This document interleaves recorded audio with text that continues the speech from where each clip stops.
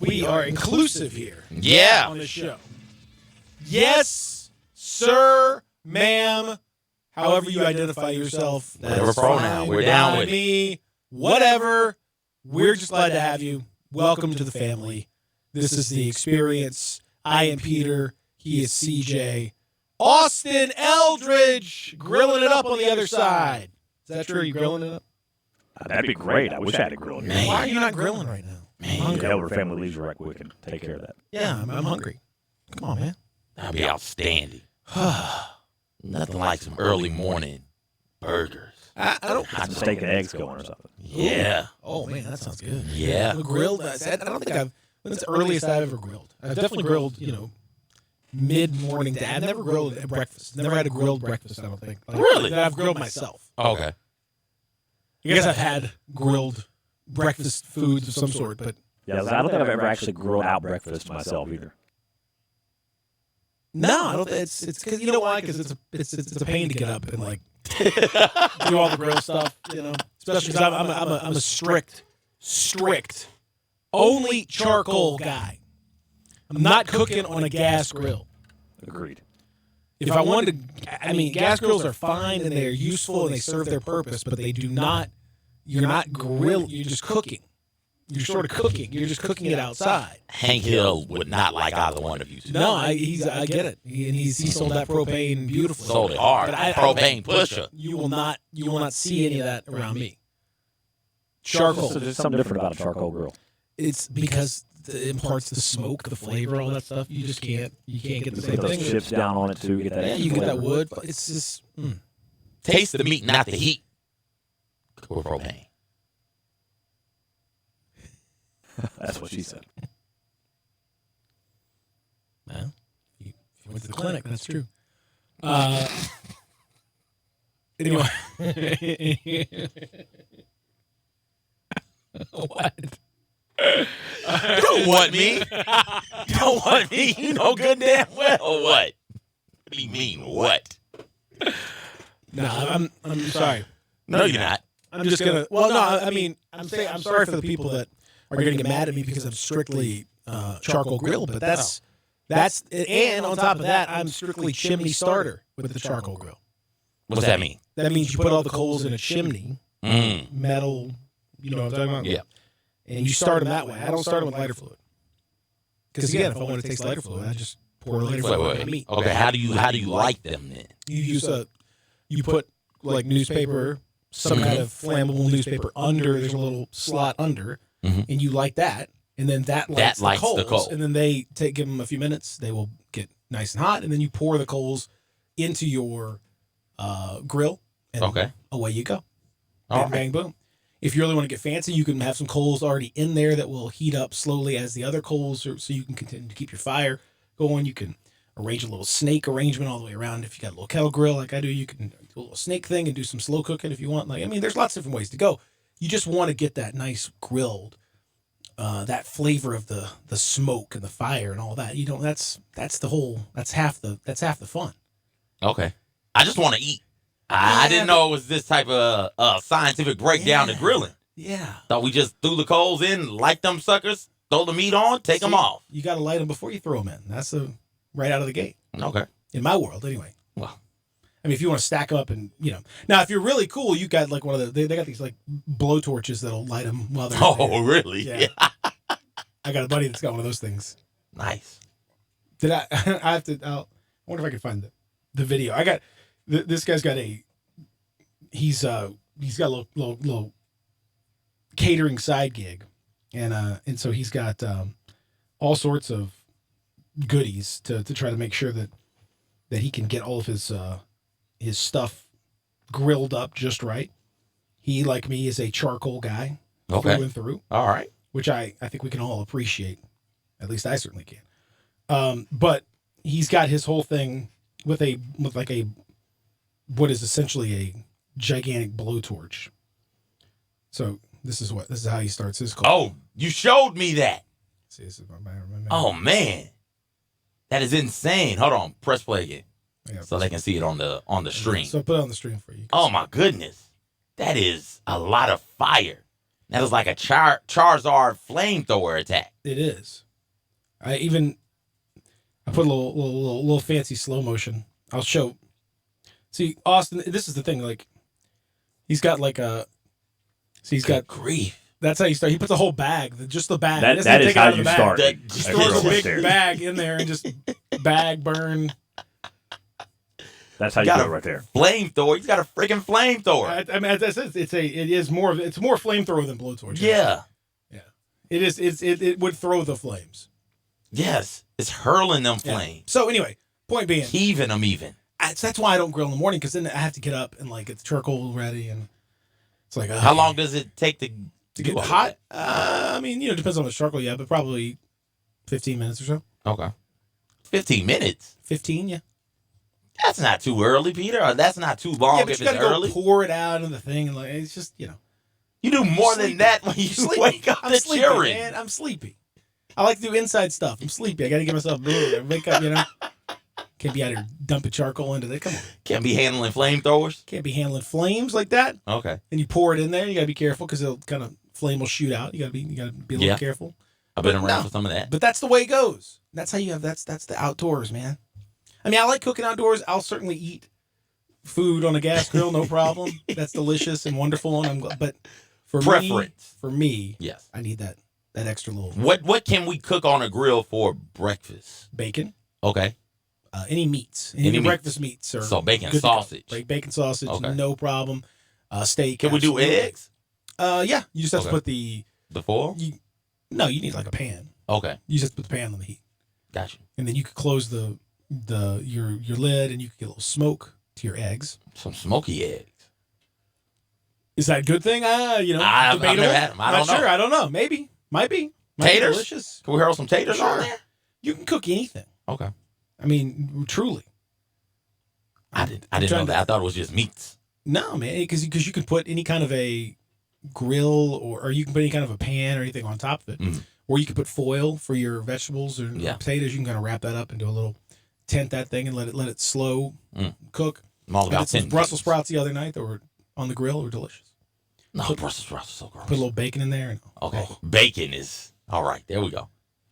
What do you mean Brussels sprouts are gross? They're gross. Everybody knows Brussels sprouts are gross. No, they're not. Yes, they Brussels are. sprouts are delicious. No.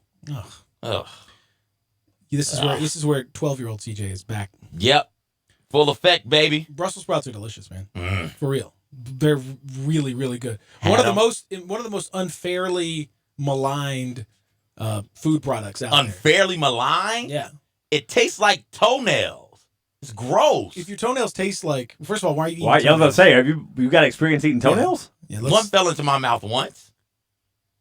How does a toenail fall into your mouth? Don't worry about that story. Don't worry about that. Was it your own toenail? Were you on the moon or something? Was gravity in reverse order? Was this like don't hey. This is don't be Mrs. South Central. It definitely was, and I didn't have any hot sauce. So that was because it would have impaired the flavor of those Brussels sprouts toenails. Yes, no, it's not good. Well, if you're blessed enough to have toenails that taste like Brussels sprouts, that's beautiful. That's a blessing, not a curse. Second of all, yuck. Third of all, get yours or whoever else's toenails out of your mouth. Peter, nasty. Every now and then you gotta take it back. You gotta do things like that. You do not. It's nasty. If you're gonna put somebody else's feet in their mouth, make sure they got trimmed up. You can't be trimmed up and not tasting like Brussels sprouts. How about trimmed up so their nails don't come off in your mouth? My nails didn't come off. How about why are we putting people's feet in our mouth? Your story was this whole story started from feet in mouth. Don't worry about all of that. You're backing off your story. It fell into the. You said it. Now you are a liar. Well, hey, unbelievable liar. Worst things in this world to be. Like a Peter Edmiston. Like putting like feet somebody in your mouth. Eats feet. Yeah. Every now and then you gotta put a foot in your mouth, man. Well, you do it. Figuratively, yes. Yeah, literally, no. No. Like literally. Put a big toe in your mouth. Change your life. I'm sure it would. Yeah, I'm okay. Not sure I want my life to be changing that way. Yeah, well, I'm good. I feel like I'm good. Okay. Sometimes you have to know when to say when, CJ. When? Yeah, that's when that's right there. That's when you say when. Right there. That's just how it goes. All right. So today on the show, I'm excited because we're going to we've been talking a lot, obviously, this week about the Eli news. You have Austin, who is Eli's biggest fan, and has got Eli posters still up in his house as we speak. It's actually true. I do have a couple of pictures of Eli in my house. There you go. They're framed game pictures. I had a feeling. That's what's up. I had a feeling. So, he's been a strong Eli guy. Very strong. But we'll die on that hill. We want to bring in somebody who has been in that area, grown up in New York, grown up in, seen Eli's career up close and personal, and a guy who's a fan of so many teams in that area, and who happens to also be on the airwaves here in the Memphis area as a photo / visual journalist / sports guy for Local 24. He is Clayton Collier, and he will join us. Is that right? I think it's Collier, but you do you. I think it's Clayton Collier. Do you, babe? He says it's Collier, but I disagree. I think it's Clayton Collier. All right. And Clayton Collier will join us. Who? Clayton Collier. All right. To francophone that up, we'll be good to go. He will join us at 9:00. Okay. Well, let me just go ahead and give you a warning, Clayton. Don't come in my corner with any Eli hate. I genuinely don't know how he feels about this. I have not talked to him. I do, because he was blowing my phone up, texting me. Okay. During the conversation we had. Don't tell me. I want to find out. I got you on the air. Yeah. So he's going to join us at 9:00. Obviously, we're talking a lot of college football. We'll talk a little professional football. That's kind of what we do here on the program. We've got some good stories. We've got some bad stories. We got some exciting stories. We got some stories that are not as exciting. That's just the nature of the business. But in any event, no matter what the story is, if you want to join us, we would be thrilled to have you. You can text us at 67129. If you want to comment on CJ's disgusting habits, then feel free to do that. 67129. Or you can call 360-8255. You're a podiatrist, for example, that wants to give CJ some tips on how to avoid what's already happened to him. You can call up at 360-8255. That's First Bank. Phone line, the First Bank text line. You can also message us if you want to send messages about CJ and his freakiness at Sports56WHBQ on any of these outlets, Facebook, Periscope, Instagram, YouTube, and Twitter. However you want to do that. I mean, again, that's entirely up to you. But it's important that the word gets out that you're terrible. So that's feel free. Let's spread the hate. All right. You know what I like to say? Let's do this. Hate Filled Thursday. Let's see if you can pull the triple threat of getting hated on by phone, by text, and by message. Peter, you act like that hasn't happened before. Yeah, but usually pull it again. Not for the same time that quickly. That's triple double. No. That has happened to me before. It has happened. You forget who my mom's is. She gets disgruntled and not family though. Not family. Okay, it hadn't happened family wise. Not non-family. That'd be interesting. Yeah. So we'll find out if CJ can win that battle. I'm excited to find that out. Ooh. Jalen Ramsey's going to play tonight, they say. Okay. Is he going to fight with Doug Marrone on the sidelines? I hope so. Probably. That'd be fun. Probably be the best thing the Jags do all night. Yeah. Ugh. This is not a fun Thursday night football game. They're never fun Thursday nights. I don't get how. So was it 2 weeks ago today? We were excited about the opener with Packers and Bears, right? Mm-hmm. And now look what's happened to us. In part because of that Packers and Bears opener. I know. How's it bad at the start of the year? Well, as I'm saying, we are just we just don't even. Thursday night football has a very bad history of having terrible games. Thursday night football, you know why? Because you don't want to play on Thursday. NFL players are not used to playing on Thursday. They don't want to play on Thursday. They're not. Their bodies. Your body can't play that soon. Do you know? Tulane and Houston will be a much better game. Watching, yes, I agree. Watching but flip back and forth between those two games, and watch the hits that happen in the NFL are so much harder. Mm-hmm. Like all hits in the NFL are hard. I mean, these dudes now tackling as an art is not nearly as good as it used to be because of the fact that it just can't be. I mean, you can't practice it as much. You know all the way across the board, from kids up. we're not spending as much time doing it because we're decreasing the physicality for good reasons. But one of the necessary offshoots of that is that tackling is just not what it used to be. That being said, still in the NFL, look and see when those guys get brain, how painful that is, and how hard every one of those shots are compared to college. Compared to college, you take a few of those a game. You're taking every shot if you're a back is man, pow, just hard hit from dudes with bad intentions. The strongest, fastest football players in the world. You can't come back on Thursday after playing on Sunday and expect to be able to be in condition. You can barely come back on the next Sunday. Yeah. So you move that up 3 days? Are you kidding me? Of course it's going to be bad. It's going to be bad because physically their bodies aren't ready. It can't not be bad. You can't do that. I mean, at what point, and it probably will never happen because it's the NFL, but at what point do they finally get the idea that Thursday Night Football is just a bad idea all around? Never. They could tweak the schedule, though, to make it to where you have that bye week before you play Thursday, and then you play Thursday, and then you have extra days to recover for Sunday. You can do that, but take it away. There's money to be made. As bad as these games are, we're going to watch. But yeah, at least they need to at least do that. At least make that team have a bye week before their Thursday night game. But apparently they don't care about that either. It's all about money. I mean, again, that's what this whole thing comes down to. It's just about money. Yeah. It's about making more money. This is another window of games. The games have done well, so therefore the TV people are happy. The rights fees went up. It's become, instead of going half the season, now it's full season. That's what it extend it. Extend the season. That would also help you get money. If you do the double bye, you push that season a little bit longer, and now you're getting more money because it is more weeks with football on, with the NFL. I don't think they want to push the Super Bowl back any further. Maybe they start the season a week earlier. So I don't know. I think they're. Why wouldn't they want to push the Super Bowl back? I think they're. It's already been pushed back. I think they don't want it too deep into February. You want to start competing with the NBA All-Star game, which is not long after that. So yeah, I think they. I mean, the Super Bowl is going to dominate whatever, but I think it's better for them if I think they like this timing of it right now. You could start the season a week early. I don't know. There are ways, like you said, start the season a week early. It's just get rid of 2 preseason games as well. I mean, push it back. They want to add 2 more regular season games, and they want to keep all the preseason games. I mean, that's just how it goes. I think so dumb. I think we're good. It's greedy. That is what it is, and it's dangerous because the product is one thing. Players' bodies and player safety and players' health is another.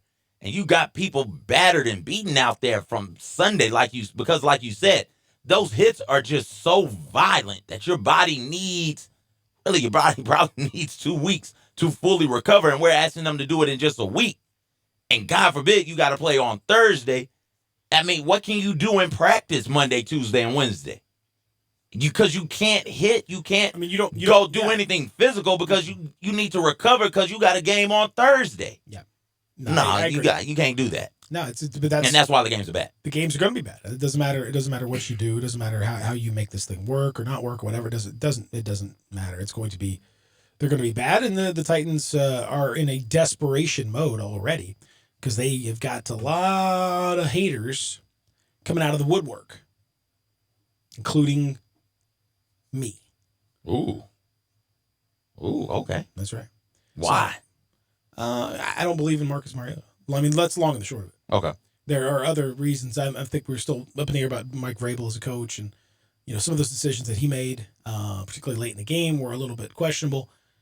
They may win the division by default based on the rest of the division and the issues that are there. It is a deeply unimpressive division outside of Deshaun Watson's cool, and the Texans have some fun guys to watch for sure.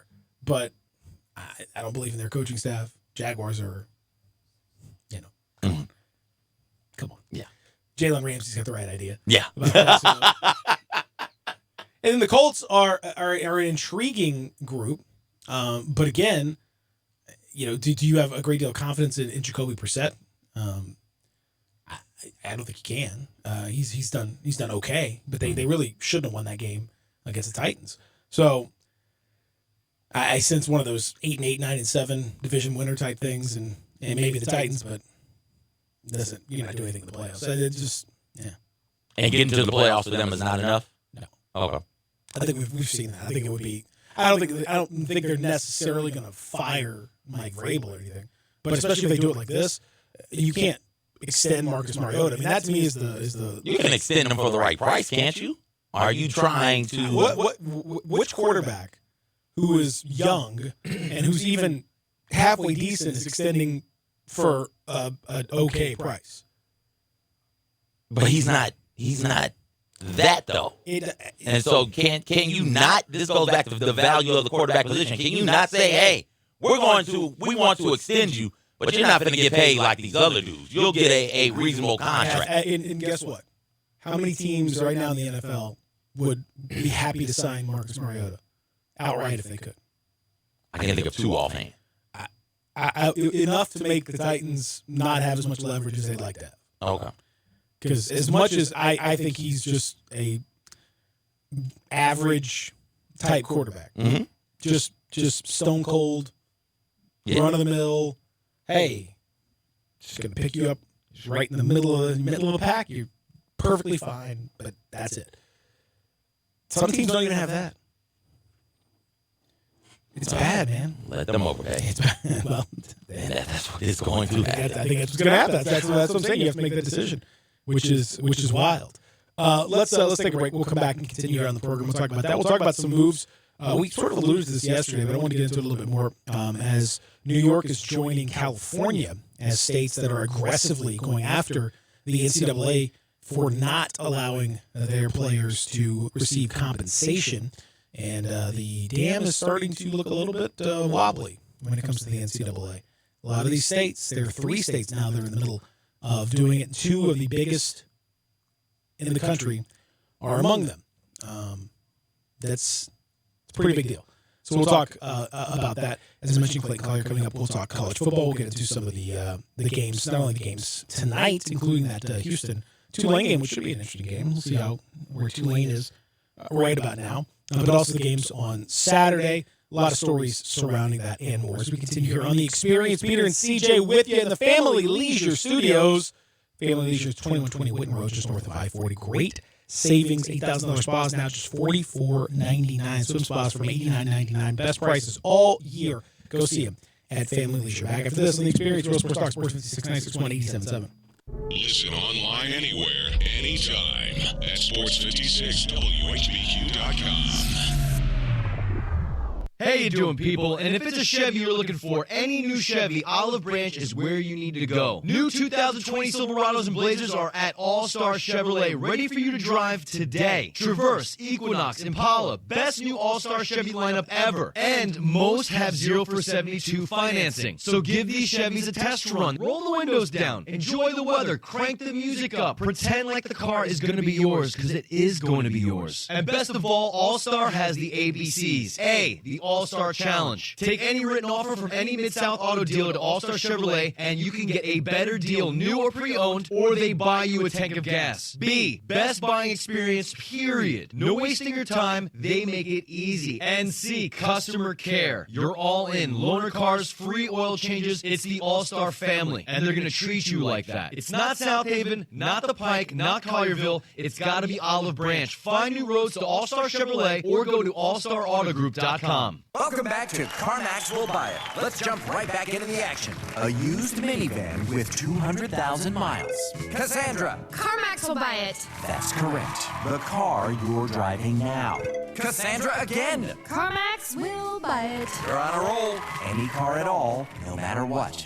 Jerry? Is the answer CarMax will buy it? That's right, because CarMax buys all the cars, no matter what. No questions asked. CarMax will buy it. Eli Savoy here for my friends over at the Edwin Watts Golf Shops. Here to let you know it's time to tee it up at Edwin Watts Golf Shops with the new arrivals from TaylorMade. Introducing the new P790 irons and the new milled grind 2 wedges. The P790 irons feature speed foam technology and redesigned tungsten weighting for optimum feel and distance. And the new milled grind 2 wedges designed for increased spin and precision with raw face technology. Let them help you find the right set and get your free custom fitting today. Just a few of the exciting new fall releases you will find now at the Edwin Watts Golf Shops, home of the 90-day, 100% satisfaction guarantee. Visit Edwin Watts Golf Shop and check out new P790 irons and the new milled grind 2 wedges. The Edwin Watts Golf Shop on the corner of Poplar and Perkins Extended. We'll see you there.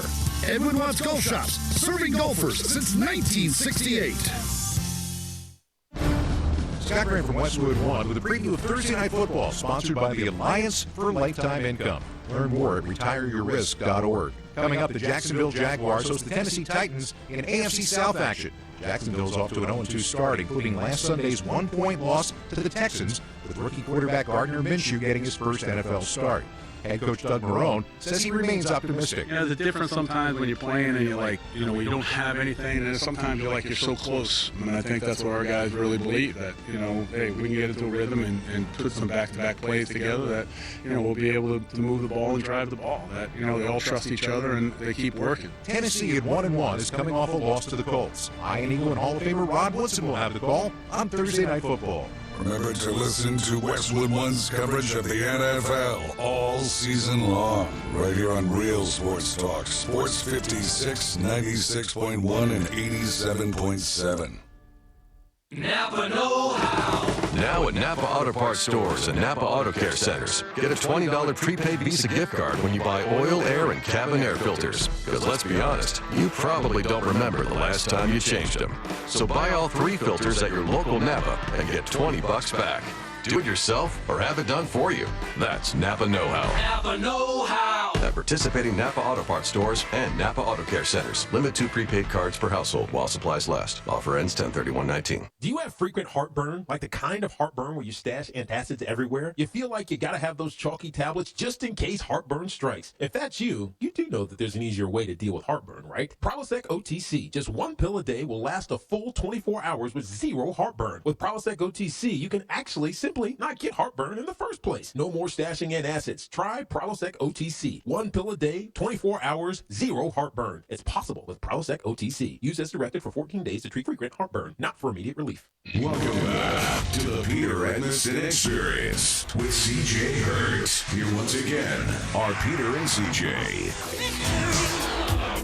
Though I went through some nights consumed by the shadows, I was crippled emotionally. Somehow I made it through the heartache. Yes, I did. I escaped. I found my way out of the darkness. I kept my faith. I know you did. Kept my faith. When the river was deep, I didn't. Now this is like my wife. This is for her. This her jam? You got George Michael, you know, so she like George. This is probably not like her. It's not certainly not her favorite George Michael song, but she likes it. And George Michael's. Is it George Michael Thursday? No, it was. It's CJ texted me last night. It's duet day. Duet day. Oh, you not texting me? No. We don't text. We don't loop me in on any of the music decisions. No, we don't. I was not aware. I just got the text from CJ. That is low. What? That is low down. Hey, have you thanked me yet? Sorry. When you thank me, I'm not going to when you now. thank me, That's for I'll sure. include you in the text about the radio show that you're on. Thank you for. I've given you duet Thursdays. You didn't tell me about it. I don't have to tell you until you thank me. Damn it. I'm gonna thank you for. Okay, it's gonna be a real Cold War. I'm gonna text Austin tonight. Also, you don't have to do any. Also, you don't have to reply to Peter's text like you do to me. What you have? He has to reply to yours. Yeah, because we're good buddies on this program, Peter Edmiston. Because Austin thanks me every now and then. Thank you, CJ. Thanks. That See? was nice. You see? You see how easy that is? A simple thank you goes a long way, Peter. A long way.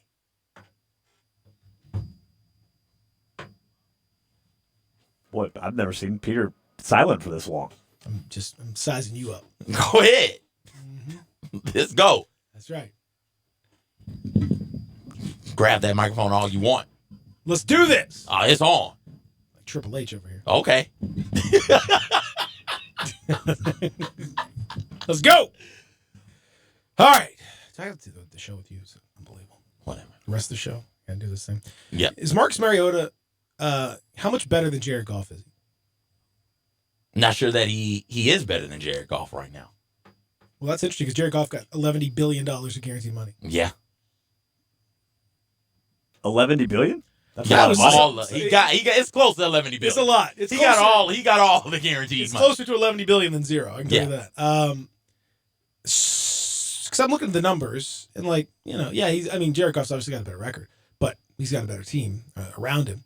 40 games. Mariota's got a better completion percentage. Similar touchdown passes, albeit in, as we mentioned, 18 fewer games for Goff. So that's a plus for Goff there. Interception wise, the ratio is roughly similar-ish. The numbers would look fairly close. And Mariota is a better runner, certainly than Goff is. So that helps.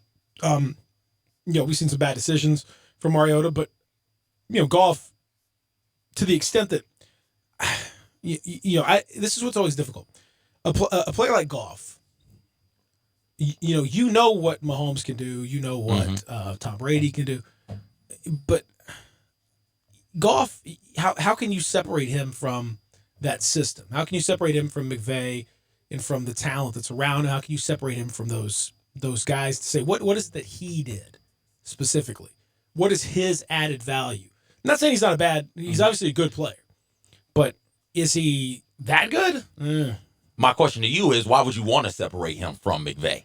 We see that with some of these great quarterbacks, Tom Brady, Drew Brees, they are partnered with that coach. And McVay seems to be able to be that type of coach to be successful for an extended period of time. Mike Tomlin, Ben Roethlisberger also, where they are just, they're conjoined at the hip and they feed off one another and they play well and coach well when you have that piece. So if you're the Rams and you think, hey, McVay's going to be our guy for a long time, and he kind of likes this kid right here in Goff, and they play well, and the team does well with both of them together, why would you want to try and differentiate and separate what one does versus the other one?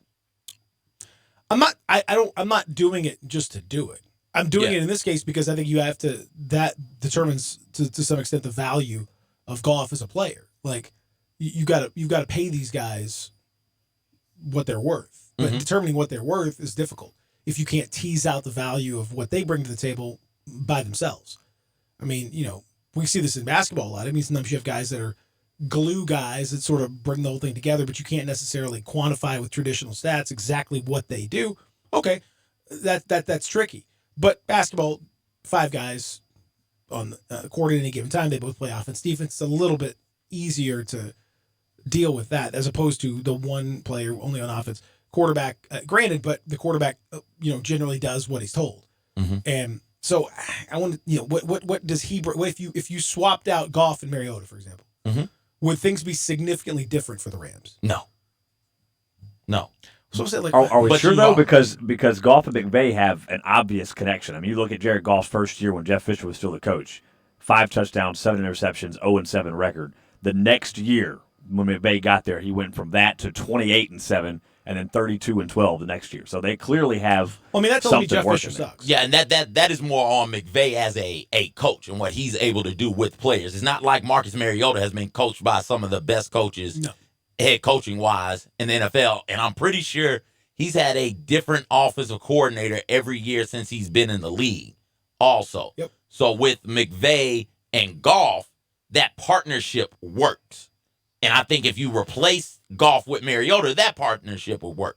But Goff is a more than competent NFL quarterback, and they've got him already with Sean McVay already in place, and the Rams prepared to make a deep playoff push from a roster construction standpoint. So for me, I wouldn't worry about trying to quantify exactly what it is or how good Goff is. This is a guy who, as Austin pointed out, has that connection with the coach, with Coach McVay, and Coach McVay is doing a really good job, and I think he'll be there for a long time. The problem is, it's not so much that I'm like saying, I'm not trying to do this just to really talk about Jared Goff. I'm using Goff as an example of what we're talking about with regard to quarterbacks as a whole, because this is a major financial situation. I mean, right now, if you look at the contract of Marcus Mariota is in the final year of a deal that has paid him $24.2 million. He's making $6 million this year. Mm-hmm. Okay.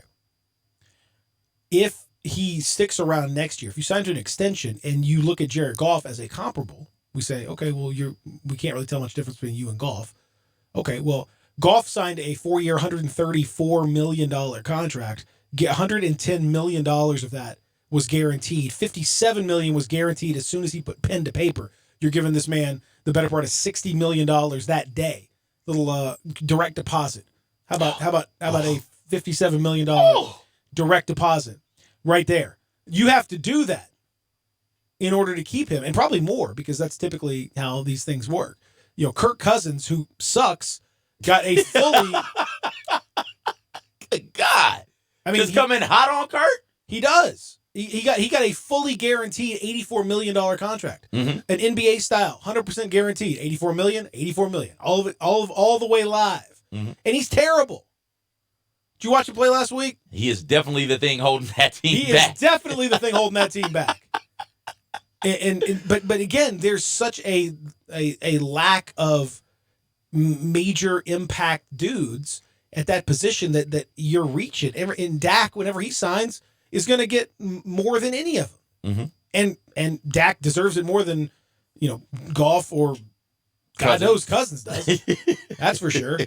But I'm saying the Titans have to make this decision now. Are you going to give Marcus Mariota? I mean, tonight we'll go, some way towards continuing the story. But are you comfortable giving Marcus Mariota 4 years, $130 million with 115 or some odd million guaranteed? No. That's that is a massive cap. You've been on the boat about, quarterbacks and cap, and how are the Titans going to get better when their cap is taken up in a big way by this guy who is, like, at best good. Like, that's probably like the high, like, good. Like, it's a good quarterback. That's the high end of what he's going to turn out to be. You can't do it. No, you definitely can't. And this is what gets teams in trouble. That thirst at that position for a good quarterback gets you in trouble, because you begin to look at insert average good quarterback here and say, hey, you know what? I saw some things in him that one game, that stretch that he had.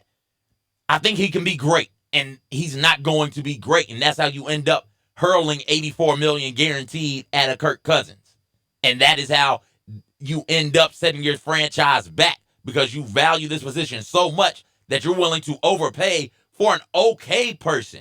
Not a good football player, just one that is okay. And then that prevents you from being able to go out and go get a good football player. If I was the Titans, you make them an offer and don't set any records, which every time a new quarterback extends, it's a new salary record. Don't do anything like that. See if he'll take that. And if he doesn't, you got to let him go. And you got to try and grab somebody in the draft. There's some quarterbacks in college right now. This is not one of, I think last year's draft may have been a little light at the quarterback position, but you've got some really solid quarterbacks coming out this year and next year.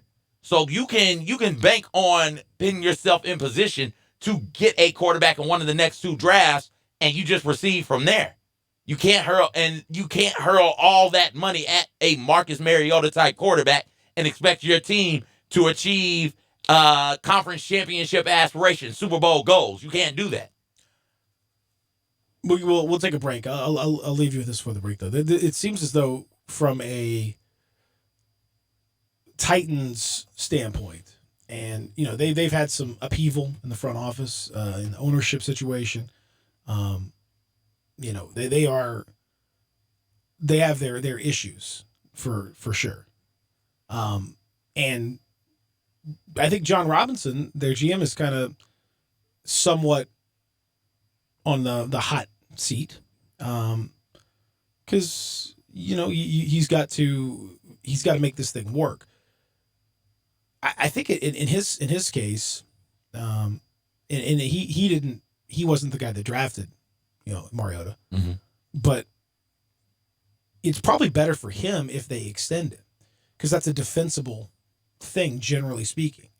It probably speaks more of an issue for the franchise if they don't. Now, it depends on how ownership sees it. Ownership could see it as, okay, well, you're going to get rid of the quarterback. We're going to give you the chance to draft the new guy, and we're going to give you those years to see if he becomes the guy that we think he could become. You know, we love quarterback X, whoever it may be. We think he's going to be really, really good. So you can have that time. Or they say, no, this is, you know, we don't trust you. We don't like the decisions you've made. We need to find somebody else to make this sort of decision. That can be problematic for him if he doesn't have the faith of ownership. I don't know where ownership stands on him. If you extend him, at the very least, it's kind of a defensible thing. Like, look what the other quarterback's got. Hey, this is what the quarterback is. You know, he's pretty good. And guess what? You know, we're going to try to win with him, and you might get to extend your job a little bit. So, you know, I think it's going to be hard for him to not think about it in that capacity too, because that's going to be a major component as to, you know, how his employment future goes, is how Mariota goes, to many respects. Whatever decision that he has to make. Let's take that break. We'll come back and continue here with hour number 1 of the program. Messages at Sports 56 WHBQ on Facebook, Periscope, Instagram, YouTube, and Twitter. You can hit us up on the text line at 67129. You can also dial us up on the First Bank phone lines at 360-8255. I'm Peter. He's CJ. This is The Experience on a Thursday. Real Sports Talk. Sports 56, 96.1, 87.7. Spend your lunch with Greg Gaston and Eli Savoy on Sports 56 middays, delivered by FedEx. Weekdays from 10 to 1 on Sports 56, 96.1, and 87.7. The folks at Homer Skelton Hyundai want to say thank you. Thank you, Memphis, for another spectacular year. They set records, but I can understand why. You think about the product. Where else do you get a 10-year, 100,000-mile limited powertrain warranty? That's what you get on every new car at Homer Skelton Hyundai. Oh, and thank you again for the 11th straight year, the #1 certified pre-owned car dealership in all of Memphis. It starts with that product, but then it goes to the shopper assurance. Where else do you go where you get transparent pricing, flexible test drive, take the car for a couple of days if you want, streamlined buying process? You're not going to be there all day, in and out. And then, and I have not seen this anywhere else, the 3-day worry-free exchange. You buy a new car, if you've got any buyer's remorse, you've got 3 days to change your mind. Just get on Lamar, take it into Mississippi, the first exit's Craft Road, turn left, and go see Chris True and all the gang at Homer Skelton Hyundai. Williams Equipment Supply, your Bobcat loader and excavator dealer, stocks the widest range of Bobcat attachments such as augers, hydraulic breakers, angle brooms, sweepers, brush cat rotary cutters, hydraulic clamps, forestry cutters, pallet forks, grapples, land planes, planers, plate compactors, sod layers, soil conditioners, tillers, trenchers, and more. This is Sam Watson, your Memphis area Bobcat specialist. Whether you're in the construction industry or ag, call me at 901-326-6429. Hi, folks. Good news for bargain hunters and bandits from the Chevy Sheriff in Collierville. Sunrise Chevy has over 500 Chevys and used cars in stock just in time for the Sunrise Low Price Rodeo. Factory rebates up to $5,000, Sunrise discounts high as $8,000, and don't forget, Sunrise specializes in secondary financing. Need a good body shop? Bring it to Sunrise. We work on all makes and models. Remember, you can bring your Chevy to Sunrise for service no matter where you bought. Buy American and buy from Sunrise. There's always a sale at the Sunrise Chevy Ranch. Find new roads to 385 in Houston, Levy, and Collierville. Chevys cost less at Sunrise, partner. In today's evolving workplace, XMC understands the process of getting office work done has moved from the desktop to your pocket. The new Xerox multifunctional printers and Connect Key app technology are game changers. Are you working with confidential information? Does it need to be secure from unwanted threats? Do you need to translate documents to another language? Xerox's App Gallery provides solutions like secure printing and easy translator technology. XMC is the second largest exclusive Xerox agent in the U.S. with 9 locations to serve you. We've been in business for over 25 years and have received top awards from Xerox. In changing our world one experience at a time, our team's committed to doing what's right for your business. XMC is proud to be your leader in document and print management, and it'd be our pleasure to serve you. Contact XMC today at 888-814-3114 or visit our website at xmcinc.com. XMC, excellence in office solutions. Pop Wigington has been in the restaurant business since the 70s and has now brought 3 generations of family favorites together under one roof at Pop's Comfort Kitchen, 2990 Kirby Witten Parkway next to Kroger. Pop's takes you back to a simpler time when food and life was more wholesome. Settle down today for lunch or dinner at Pop's with daily specials like country fried steak, fried catfish, chicken and dumplings, or Pop's famous fried chicken livers, all served up with your choice of 23 fresh vegetables like field peas and snaps, seasoned green beans, sweet corn and turnip greens. Hungry for a sandwich? Check out the Chuck, a hand-patted cheeseburger between 2 grilled cheese buns topped with lettuce, tomato, diced onion, pickles, fried egg, and bacon. Or a half-pound flat-iron steak sandwich served on Texas toast. Don't forget one of Grandma's homemade desserts like chess pie or banana pudding. Take comfort today at Pop's Comfort Kitchen, 2990 Kirby Witten Parkway next to Kroger. Pop's Comfort Kitchen. Welcome back to the Peter Edmiston Experience with CJ Hurts. Here once again are Peter and CJ. I love you more than me. Take you anywhere. Well, I love you endlessly. Love it we will share. So come and go. The dog on early. Did you say that on the air? I don't know.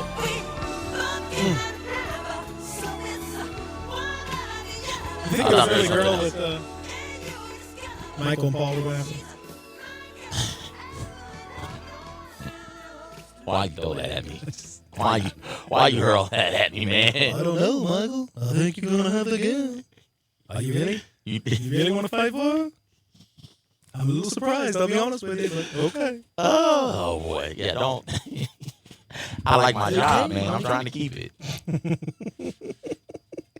All right, so Texter says golf is guaranteed in 4 years what a guy making $50,000 a year would make in 2,200 years. Disgusting. I mean, I guess that's not. Listen, we all talk about capitalism, right? And the market making the decision, right? Mm-hmm. Well, what is the market if not a arbiter of supply and demand? Mm-hmm. The supply of NFL quality quarterbacks is clearly very low. Mm. And the demand for them is, as ever, quite high amongst the teams that can do that. So, therefore, this is a simple matter of economics. It's a simple matter of, supply and demand. That's the most basic tenet of capitalism that there is. Supply, demand. If you have low supply and high demand, that price goes up. Price goes through the roof. You got a whole bunch of great quarterbacks and not very many teams won. Well, hey, those guys are not going to make as much money. Mm-hmm. That's the nature of it. Why do you think centers in the NBA right now are making very little? Because there's lots of pretty good centers. So, we don't really need to go out and go crazy for a guy. I mean, Joakim Noah is an adequate center. He can't get a job. Mm-hmm. He was fine. Like, he could have certainly done a lot for him. Dwight Howard is out here just, making the bare minimum. The guy man was, an MVP candidate, not all that long ago. I mean, the really good ones are still going to make lots of money, but there's just a lot of, Jared Goff as a quarterback is probably closer to a Dwight Howard of a few years ago level player. Like, he's okay. I mean, obviously take the off the court stuff out of it. Just like he's good, like he's solid. He can help your team. Is he going to be the absolute difference maker? I doubt it. Yeah. In the right system, could he be good? Sure, absolutely. And he's in that system. They want to keep him there. There you go. I mean, lots of guys have left, the Warriors system. It's the same kind of thing. Mm-hmm. That's just economics. So if we get mad about that, you're going to get mad about capitalism in general. Just capitalism in general. That is a different I'm conversation. fine with that. If you want to get mad about capitalism in general, as we talked about, I'm great with that. We love socialism everywhere else except in our economic overriding policy. We're in our sports, we're good with socialism and all that stuff. We want socialism to make sure everything's fair for all of our teams and all this stuff. And small market, big market, all that stuff. Hey man, if you're in capitalism, probably shouldn't have any small market teams. I mean, because they really only exist because of the generosity of the big market team. Yeah. So, but you got to have small market teams so you can put more games on TV so that you get a better TV deal. I guess. I mean, you can't just be 2 LA teams, 2 New York teams, a Chicago team, a Miami team, a Dallas team, and a Houston team, and just run them out there. We never tried it, so I don't know. 80-something times a season to play basketball. No, you have to have some of that stuff. But, I'm just saying they only exist because they only work from a year-to-year basis as a result of that. I mean, it's a massive part of their revenue situation. So that's just part of the gig, man. Yeah. So I get why people are, it's a lot of money, but like, again, would you rather that money go to the owners or the players? It's got to go somewhere. All this money that's coming in, well, does it make more sense for it to go to the owners, or does it make more sense for it to go to the players? I mean, in my mind, the people that are the ones who are doing the job, the ones that are making the product interesting, and the ones that are making the product attractive enough to make that kind of money, are the ones that should get the product. This takes us to what we'll talk about in hour number 2, the NCAA. I was wondering when we get there. Same sort of theory behind that. Mm-hmm. I like to reward the workers. Yes. As a worker. As a worker. Absolutely. I mean, the workers are the one who makes this whole thing go. Owning is fine. Owning's great. Wonderful. Governing is cool. Take your reward, but you don't have to take everything. Yeah.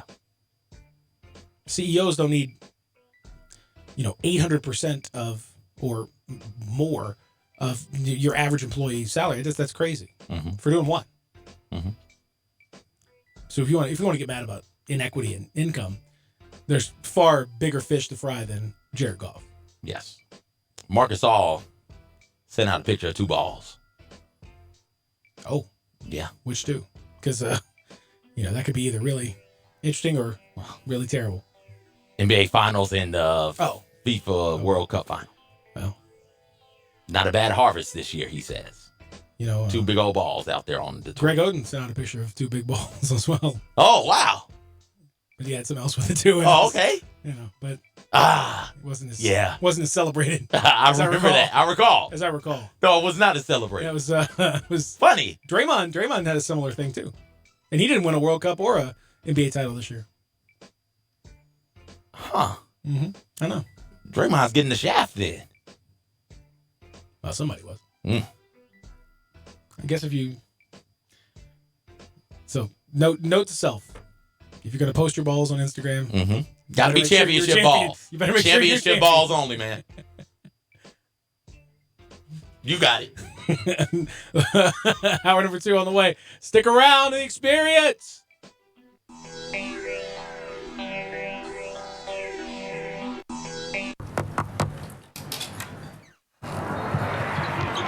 These seats are amazing.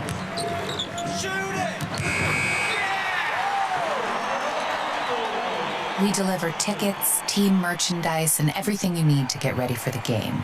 But what you really get when FedEx knocks on your door is so much more. FedEx Delivery. Game day spirit. What we deliver by delivering. Bartlett Small Engine has been serving quality power equipment since 1970. They have a full line of power equipment, parts, and services for most makes and models. Bartlett Small Engines has the best brands in the power tool industry: Honda mowers, trimmers, and generators, Steel blowers, trimmers, and chainsaws, Echo trimmers, blowers, and chainsaws, plus quality products from Red Mat and Shindawa. And they're all American made. Bartlett Small Engine is your can-do store. 6780 Summer Avenue. Call 901-386-9779. Today, business happens here, and virtually anywhere. Because today, innovative companies are reinventing the way business happens, and they need people who can keep up. With the expertise and technology to get packages to over 150 million delivery points. So, who can help you deliver the future of commerce? The United States Postal Service.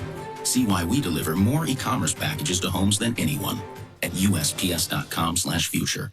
Frontier Western Store's world-famous boot showroom is waiting for you. With aisles and aisles of boots in one easy spot, you will find your next favorite pair at Frontier. Everyone loves Ariat boots, and Frontier has over 1,000 pair in that brand alone. Come grab a pair of rugged work boots like the Workhog, or discover an everyday classic in Ariat's Rambler. Tons of other brands as well: Rocky, Dan Post, Red Wing, Durango, Justin, Twisted X, and many more. Frontier constantly restocks and refreshes their lineup of boots, so you're certain certain to walk out of the store happy in your new comfortable footwear. They have a wide assortment of sizes available for men, women, and children. Work, dress, or play, Frontier's knowledgeable staff will cheerfully help you find the perfect fit. It's boots galore at Frontier Western Store, 5880 Goodman Road, Olive Branch, or on the web at frontierwesternstore.com. Family owned and operated, you know it, since 1967.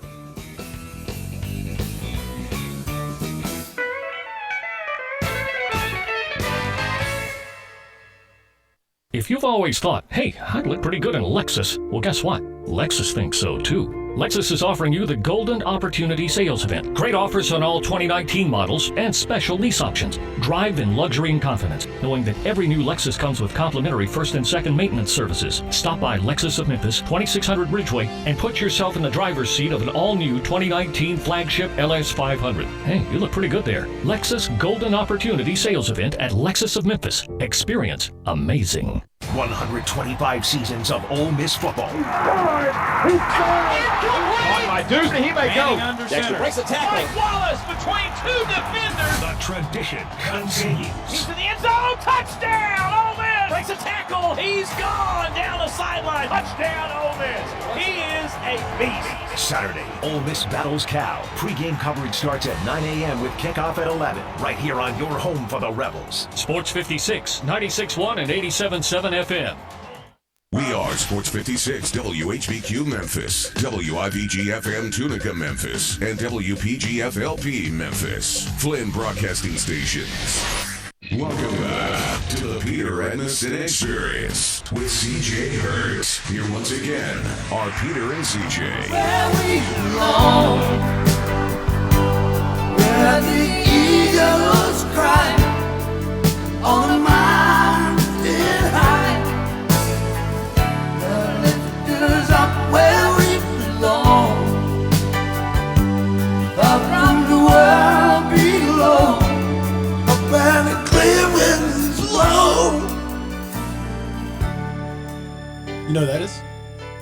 It's appropriate. No. It's an appropriate name based on what we were talking about. Joe JFK. Cocker.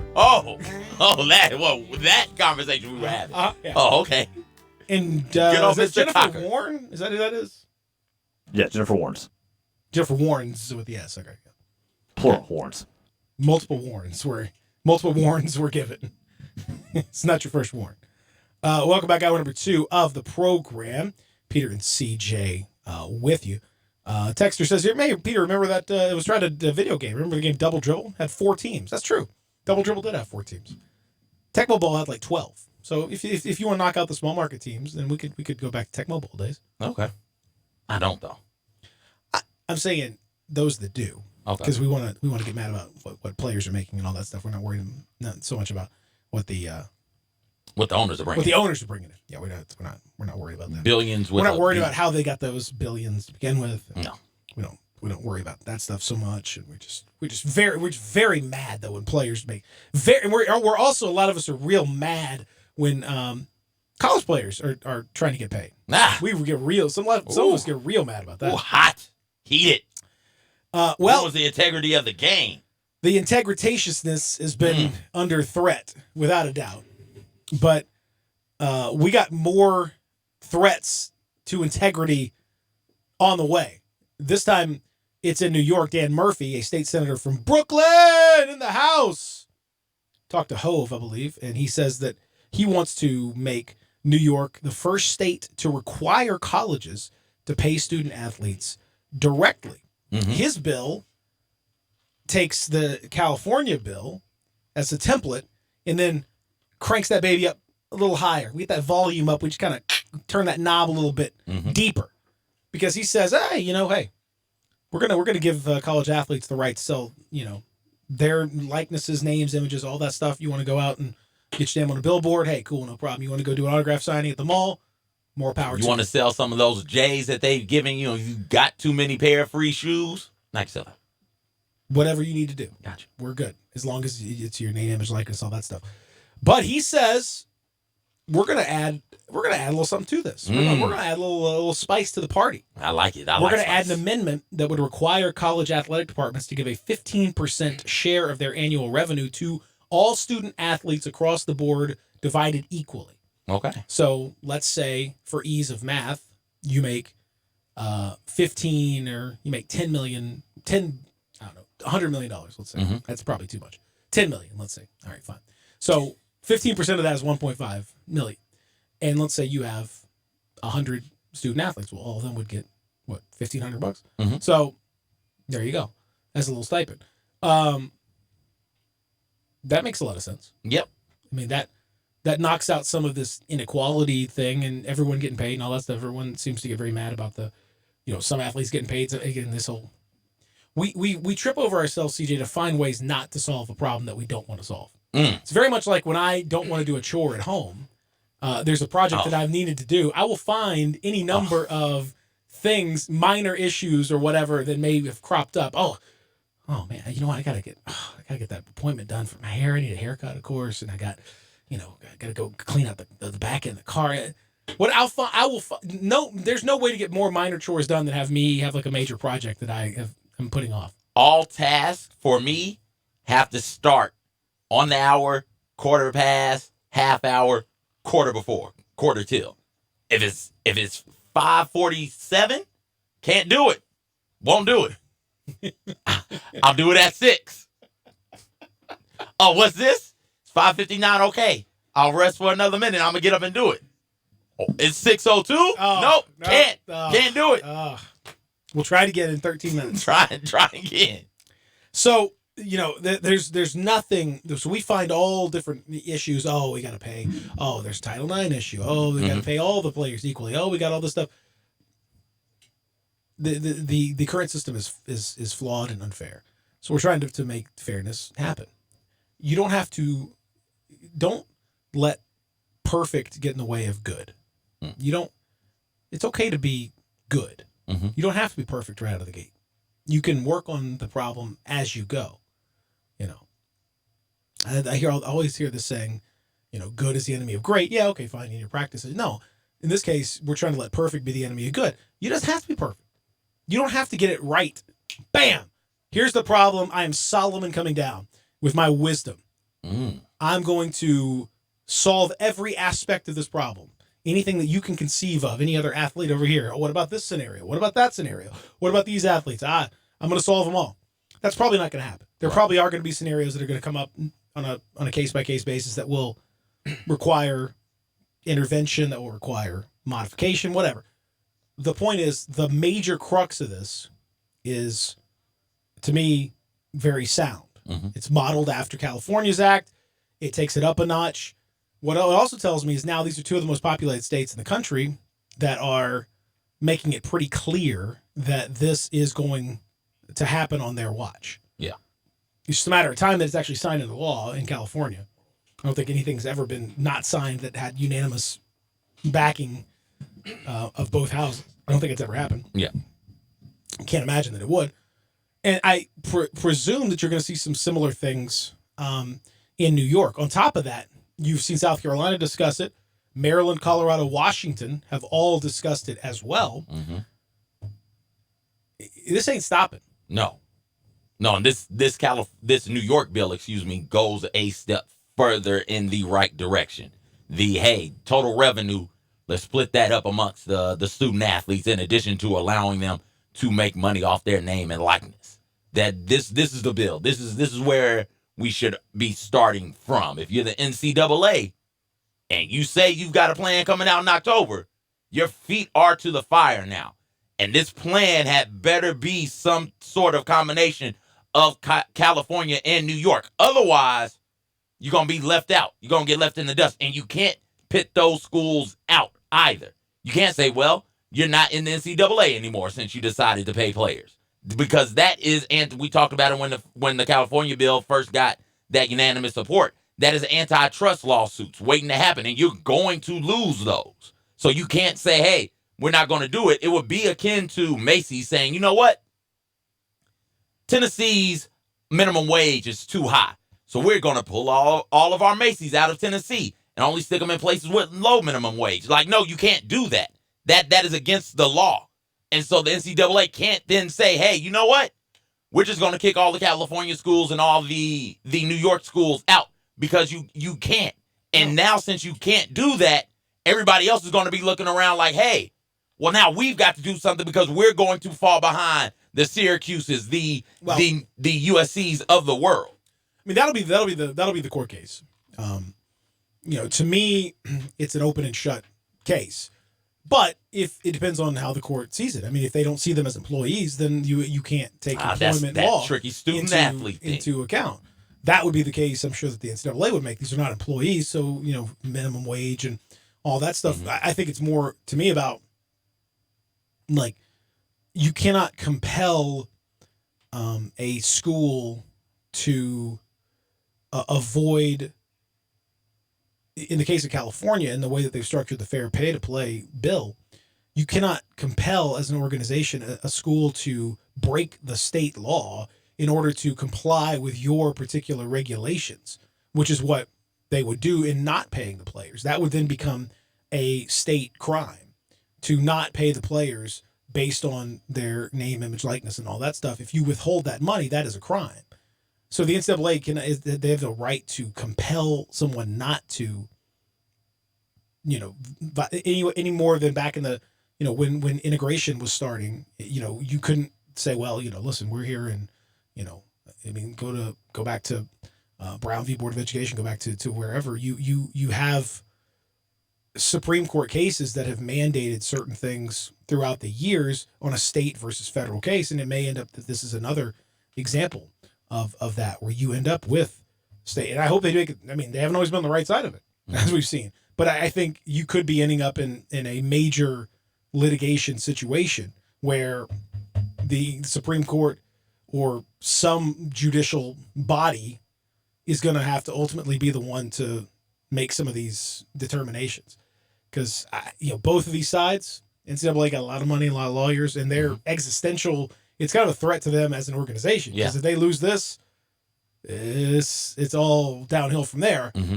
So they're going to be fighting tooth and nail. But California got a lot of money. New York got a lot of money. A lot of attorneys.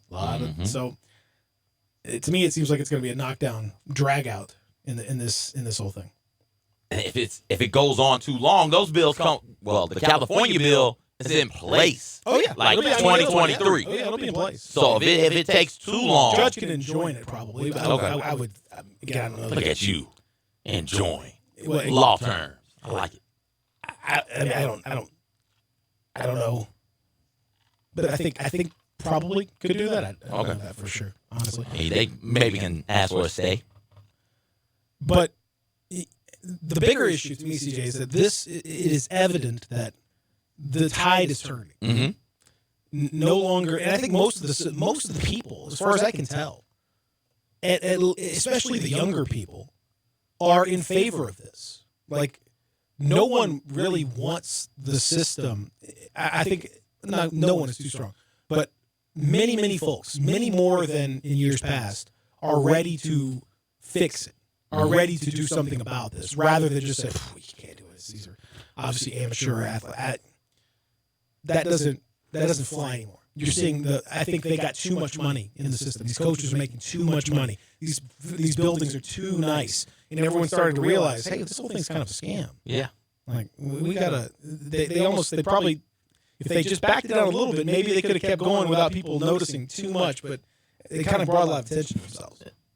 It's hard not to when passing game coordinators and run game coordinators, people who don't have any contact with student athletes, are making close to $1 million. It's hard not to when you got these coaching staffs where a head coach might be making $2-3 million and assistant coaches popping off at $800,000 to $1 million a piece. It's hard not to when you look at the facilities and you say, hey, this is nice, this is cool, and it would also be nice if instead of just TVs in locker rooms, it would be nice if players had money to buy what they needed and what they wanted to, and what stuff for their own house, stuff for their house, stuff for their children's houses, their parents' houses, help them out with bills and everything. Like, that would be nice also.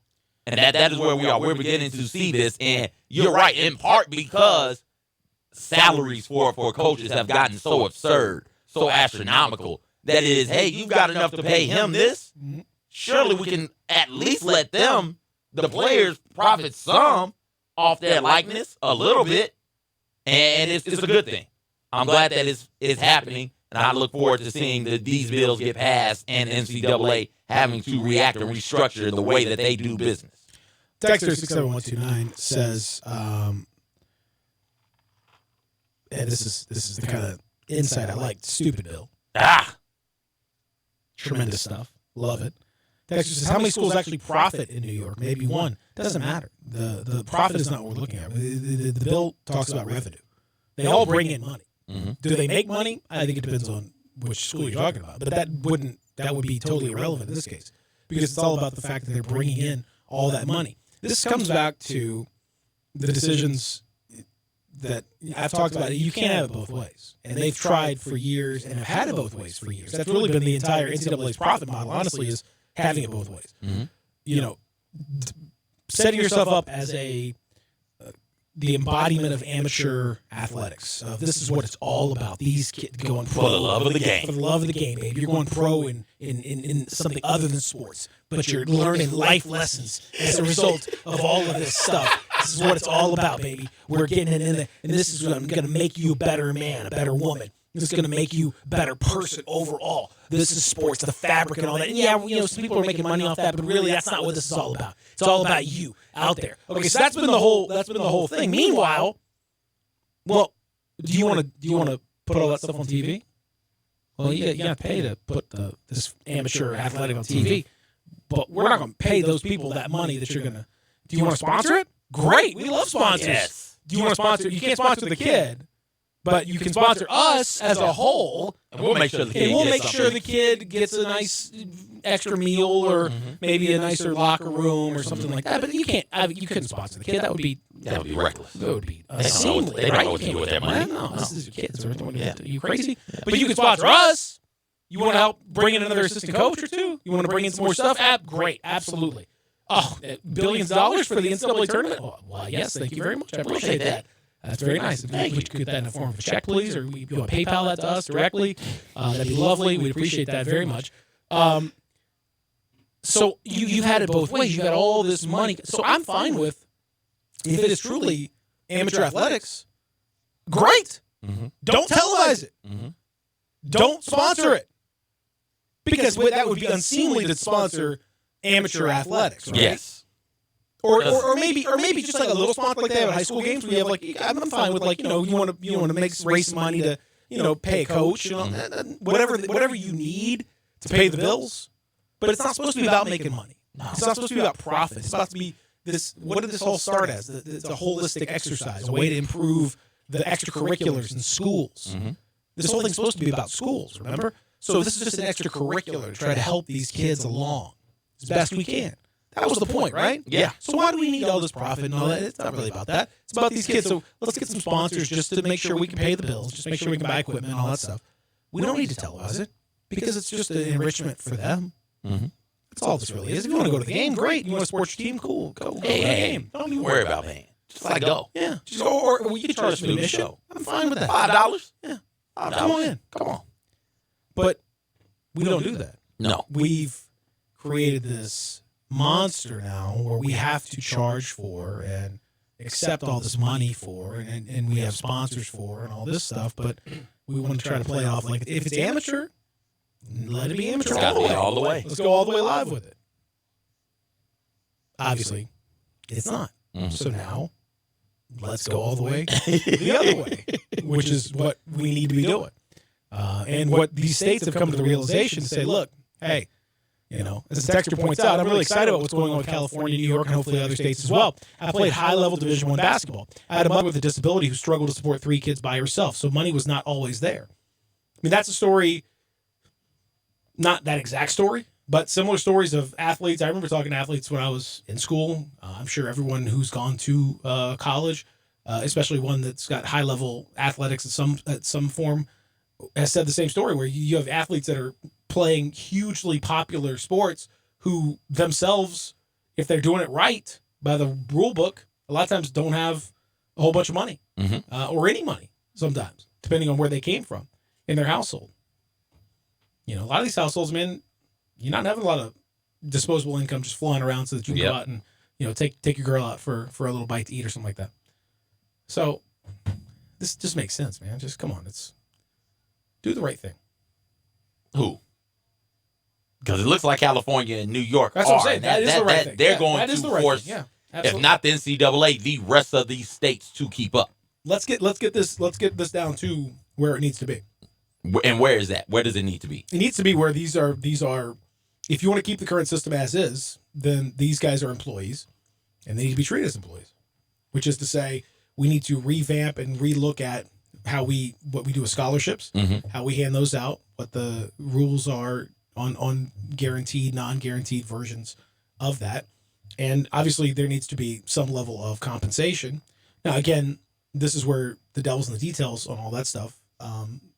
You can discuss whether it needs to be in the form of some kind of a trust fund, like hold back for a little bit and you get allocations from that. You could discuss whether it's just a straight check, which is then subject to tax and other things. Obviously that all has to be dealt with in one form or another. But to me, as employees, we need to get as close to an employment contract with all the good and bad associated with that as we can. Yeah. And that includes, workman's comp. That includes all that stuff. All of it. Give them a check. Let taxes come out. Give them workman's comp. And we're good to go. And you call it whatever you want to call it. We'll still watch. We will, because the product is going to be good. It's going to be good enough for us to watch. LSU football, we're still going to watch it. Players get paid. We are still going to watch because it is ingrained in our culture to tune in every Saturday for college football. Now it's just some of the money that you get from advertisers, some of the money you get from those TV deals, from some of those bowl sponsorships. Now you get to disperse that amongst the players as well.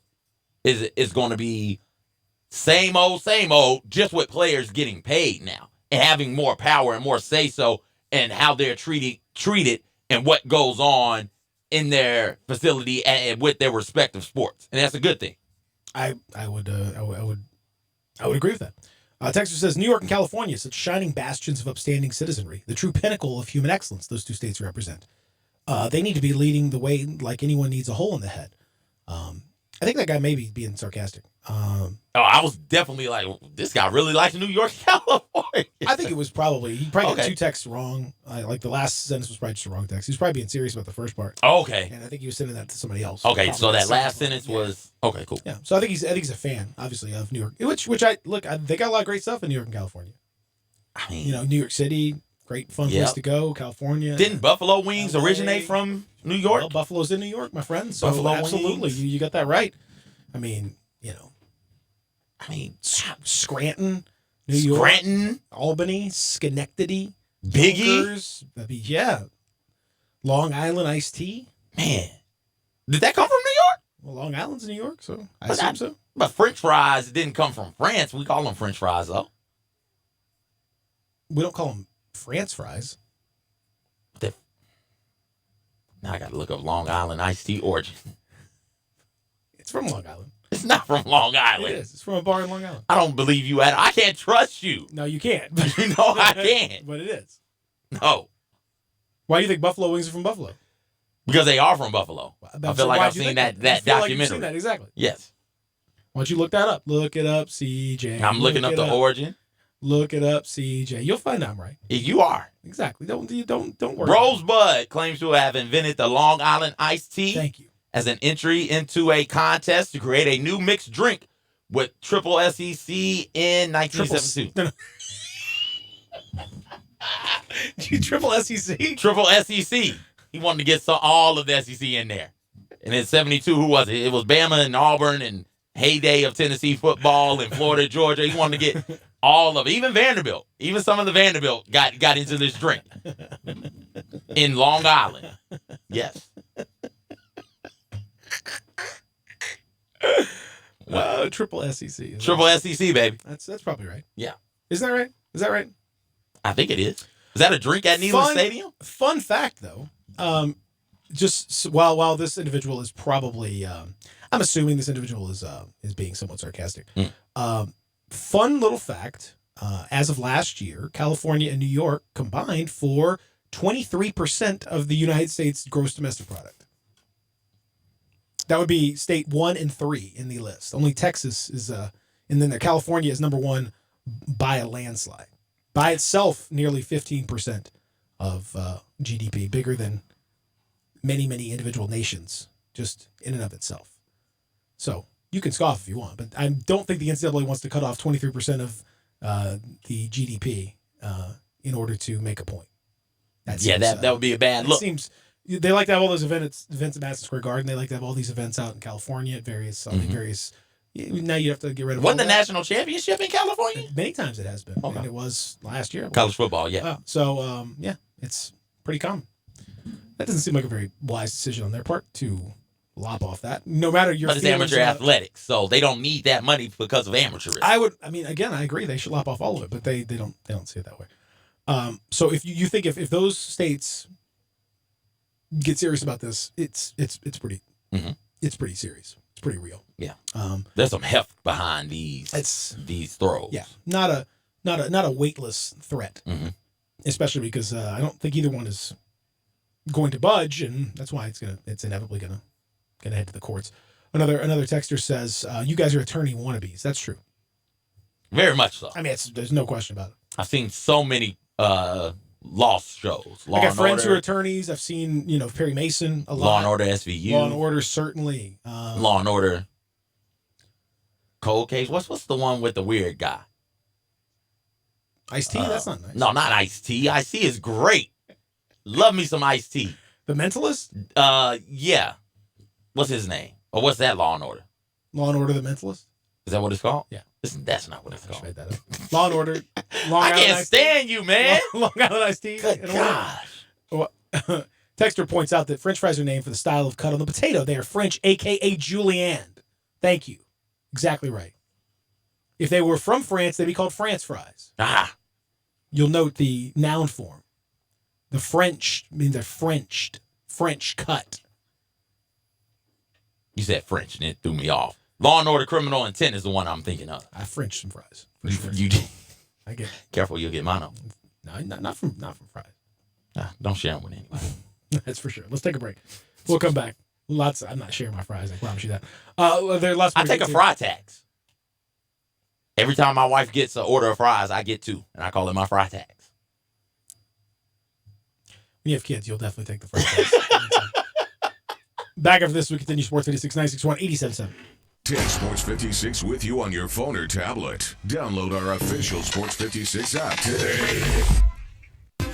One of the things that makes a truly special restaurant special is its selection of bourbons and whiskeys, and 117 Prime is no exception. Try the William LaRue Weller with his high-toned pepper oak tingle at the finish, or the Weller 12-year, or Old Scout, a union of 2 whiskeys distilled from classic bourbon mash bills, and of course, 4 Roses single barrel. Sure, you're going to 117 Prime for a delicious meal, but why not also enjoy a delicious drink as well? As with everything else, if you want perfection downtown, you want 117 Prime.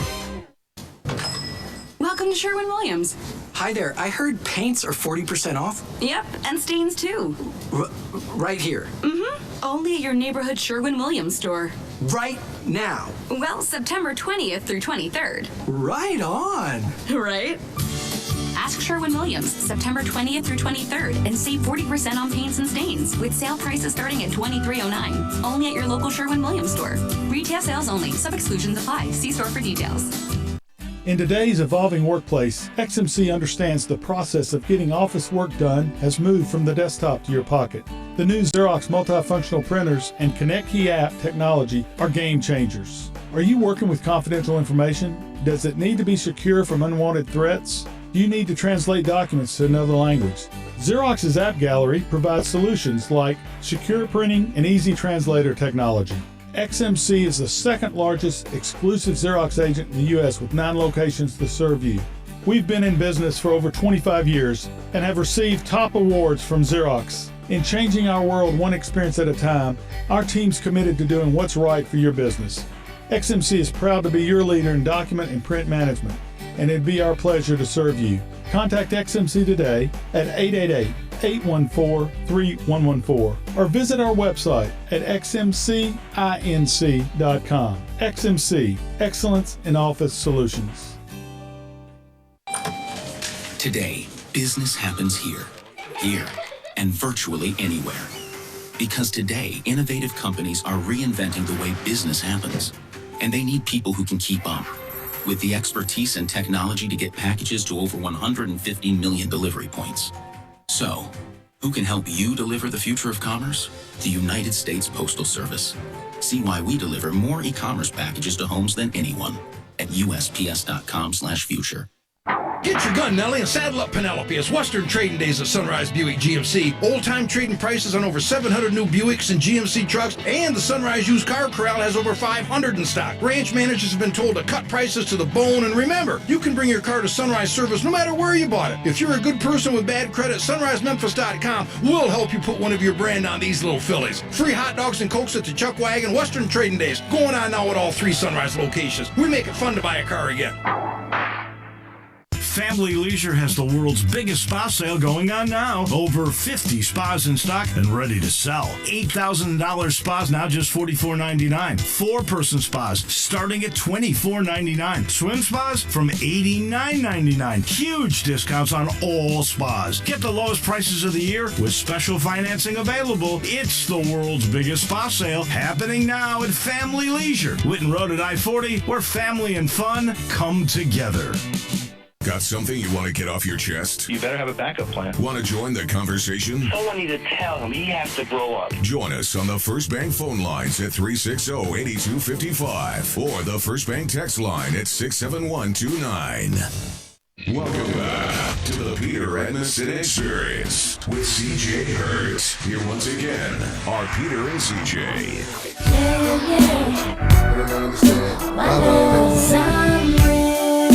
The way you walk, the way you move. The king of the duet. Ja, man. Laid out the template for how to do a good hip-hop duet. Which is let her do all the work. Yes. And you just sort of... And you just say a bunch of stuff in the background. Oh, he tries to harmonize. I never did that. Ugh.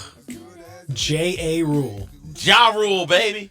John Anderson Rule. That's his name. Oh, if it's John Anderson, that would be great. I don't think that's true.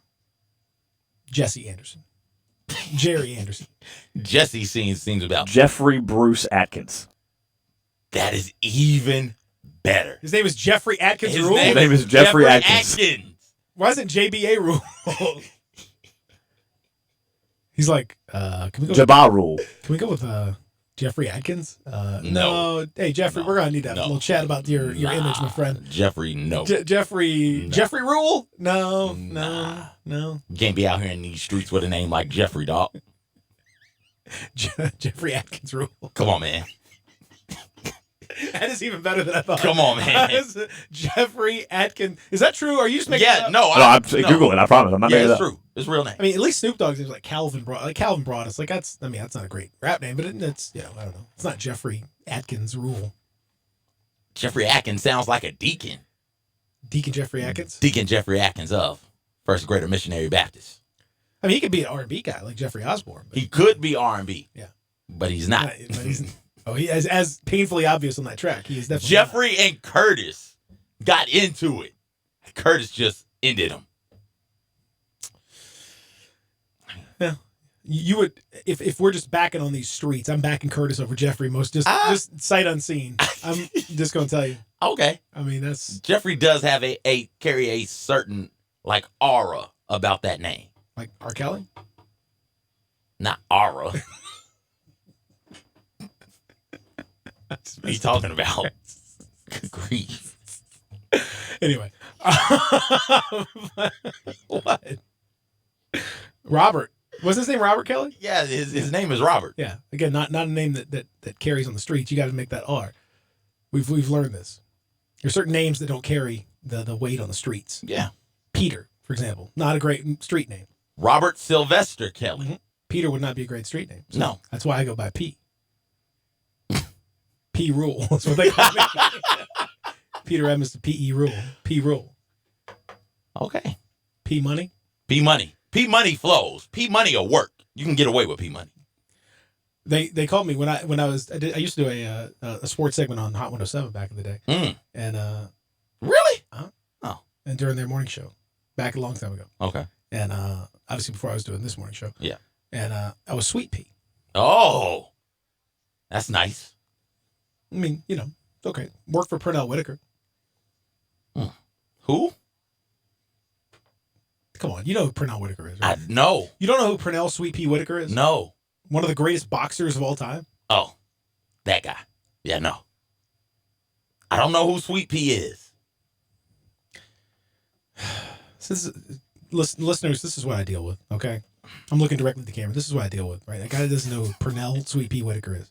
Most people do you know don't. who Pernell Sweet Pea Whitaker is? I actually did know he was a boxer. Thank you. I do not. I couldn't tell you his record or anything, but I know he was. His record is very good. Lots of wins, not very many losses. I'm sorry, I'm not into boxing, man. Who knows the record of any boxer anyway? Yeah, I was gonna say I know who he is, but I couldn't tell you how. I knew he was good. 46-4. Ooh, actually 40-4. Excuse me. Okay, pretty darn good. That's bad.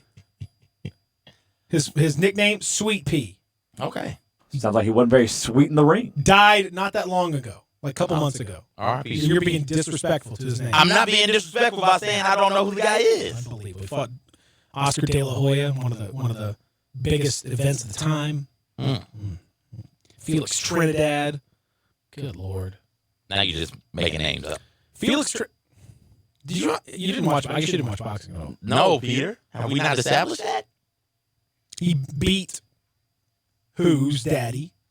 Mayweather's daddy. Yeah, that's right. Okay. Who's Mayweather? Floyd, well, I guess Mayweather's actually his uncle Roger. Okay. Mayweather. All right. It's like a weird family thing going on. I don't know. But yeah, Uncle Roger. You beat Uncle Roger. Come on, man. Okay. Anyway, texters text in how great Pernell Whitaker was. CJ needs to know. He was one of the great. He legit, seriously, no joke, was one of the greatest of all time. I'm sorry. Texter says, doesn't know who Sweet Pea is? You're fired. Wow, that seems a little harsh. I wouldn't say that. To Peters is another. That's true. To Peter might work. To Peter. To Peter. Don't hear a lot of that. La Peter. Da Peter. You don't hear a lot of the ta, la, and da. We see that from other names, but not Michael Peter. Marcus. Michael Marcus, James. Ron. Deron, LaRon. Yeah, there's plenty of those, but not. There's never, to my knowledge, been a to Peter, to Peter, da Peter. I got you. I'm a little offended. We're gonna get a La Peter one of these days. One of these junior experiencers.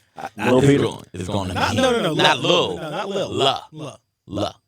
Or duh. That's fine. Anything else that we throw in front of regular names. I mean, I'm just saying it would be nice to see that just for the other people like myself named Peter who Representation matters. We've not seen that in the community out there, and other friends, get made fun of because we're not part of it, but we want to be part of it. Thank you. That's my public service announcement for the day. Appreciate that. We've gone over a lot in a very short period of time. Texter says, great segment, guys. Money in sports, pro athletes, owners, and amateur NCAA con. Enjoyed it. Thank you. Appreciate that. I think most people, in their heart of hearts, truly know what's going on here. Mm-hmm. And a lot of people argue this very, very vehemently and argue it from a place of willful ignorance, where you don't really want to know the real deal about what's going on because it's easier that way. It's easier not to know. It's easier to assume certain things. But when you actually think it through, it's hard to totally, even whether it be in some form of enhanced compensation, even the most strident NCAA supporters have allowed for extra compensation here and there. And again, once you open that door a little bit, here comes if your logic allows you to do that, then your logic should allow for. And that's why the NCAA doesn't want this or didn't want this to happen. Because once, like you said, once the door gets cracked, once that foot gets in the door, the rest of the body follows. And the NCAA did not want that. The NCAA did not want to allow for the meal vouchers. It's like, no, we aren't going to give them anything extra. We can't. Because once we do that, then we are admitting that something is flawed. And what is flawed is fundamentally who we are as a company, as an organization. And once that happens, more stuff will come through that door.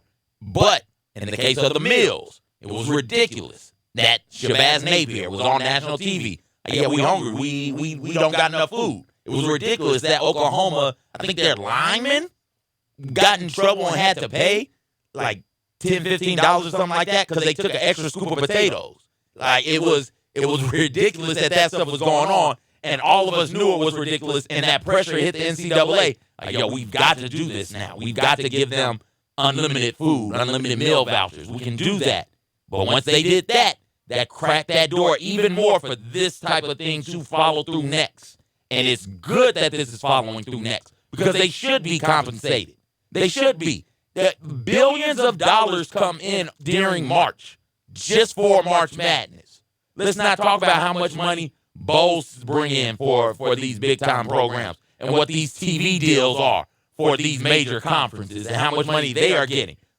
You look at that, and then you see the salaries of coaches and the facilities that are being built. You know money is there to give to the players. So why not give it to them? Well, and they're being forced to now. And if the NCAA had been proactive about this, then they could have probably offset a lot of this. Yeah. They probably could have kept a bunch of their money that they've gotten through all these various deals. They probably could have kept a fair bit of it and arranged some kind of probably more favorable deal than the one that they will get if this whole thing becomes law. But they, as per usual with them, had a great deal of hubris and great deal of self-inflation, belief that what they are doing, this righteous, ridiculous complex that they've got, that they are the one and true amateur. It's a mirage. You're deluding yourself. But they've been doing it for years. So they really thought that just like as per usual, nothing else is going to happen. Everything's for the first time, something appears to be happening, and it appears to be only growing, state by state. Look what again. All you have to do is look what happened with medical marijuana, and then regular marijuana, and then I mean it's just because and you'll notice that it hasn't spread to like crack. I don't believe there's any state out there that is, because this is always the argument. Well, if you open this door, then it's just going to be chaos and it's going to be crazy. It's hyperbole. Remember all that dumb hyperbole about gay marriage and like, oh, if you can marry animals, like some crazy stuff, like just insane thoughts people are having, and obviously that has not happened in any of these circumstances because it's completely insane and ridiculous and stupid beyond belief. The same is true here.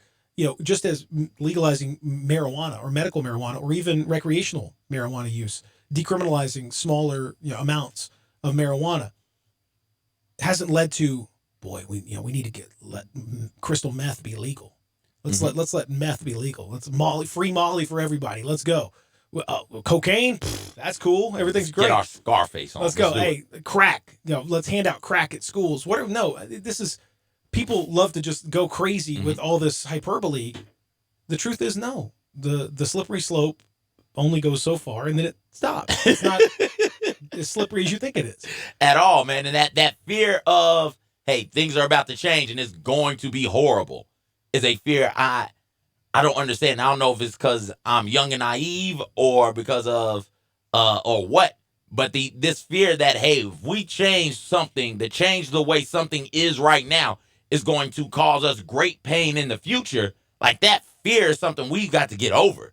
We've got to look at it logically and look at it from the standpoint of the information that is given, not what's going on in our mental minds, not what's being played to us in our heads, not thinking that, hey, you know what? If we let black people come in the case of segregation, that's going to ruin the country. It's all going to hell. It's going to end it all. We'll never get back to where we are and to the greatness of our society as a collective. Like you can't do that. Look at it logically. Look at this case logically, and see, hey, it makes sense to pay players. It does, and nothing bad is going to happen. Nothing worse than what has already happened is going to happen. Hell, you got programs offering prostitutes on campus. Nobody's getting paid. They're getting that benefit. You cool with that? Mm-hmm. No. If you're not going to compensate me the over the board, on top of board, legally. Now you got to do it illegally, dog. That's where it's been an overriding principle pretty much every aspect of life for a long time. That's you can't legislate a lot of these things. You can't legislate out all that stuff. You can't just say, well, it's illegal, so bam, we did it. Yep. Doesn't work that way. No. And so you have to be logical. And then, of course, the prohibitions on it have led to what we've seen at, Louisville and other places where it's, again, look at the culture at Baylor, which, if we're going to talk about the NCAA and, what they allowed, what they overlooked, Michigan State, Ohio State, Penn State, USC, UCLA. You can go down the list. Some of them criminal, some of them merely, financial, whatever. It's all bad. So yeah, I don't have a lot of love for what they're all about. I don't buy. The whole thing was formed as a way to dodge financial responsibility, and it continues to be such. So we're seeing now finally some real aggressive attacks on this, and I think it's going to be difficult for them to continue to keep the charade up of what they're trying to do. Once you actually have to justify it, I think they're going to be in some real trouble. They actually do have to justify it at this point. Let's take that break. We'll come back and continue here. Sports 56 96.1 87.7. Sports 56 now has 2 FM homes. You can now find real sports talk on 96.1 as well as 87.7 on your FM dial. Hey, you doing, people? And if it's a Chevy you're looking for, any new Chevy, Olive Branch is where you need to go. New 2020 Silverados and Blazers are at All-Star Chevrolet, ready for you to drive today. Traverse, Equinox, Impala, best new All-Star Chevy lineup ever. And most have 0 for 72 financing. So give these Chevys a test run. Roll the windows down. Enjoy the weather. Crank the music up. Pretend like the car is going to be yours, because it is going to be yours. And best of all, All-Star has the ABCs. A, the All-Star Challenge. Take any written offer from any Mid-South auto dealer to All-Star Chevrolet and you can get a better deal, new or pre-owned, or they buy you a tank of gas. B, best buying experience, period. No wasting your time, they make it easy. And C, customer care. You're all in. Loaner cars, free oil changes. It's the All-Star family, and they're gonna treat you like that. It's not South Haven, not the Pike, not Collierville. It's gotta be Olive Branch. Find new roads to All-Star Chevrolet or go to allstarautogroup.com. Today, business happens here, and virtually anywhere. Because today, innovative companies are reinventing the way business happens, and they need people who can keep up. With the expertise and technology to get packages to over 150 million delivery points.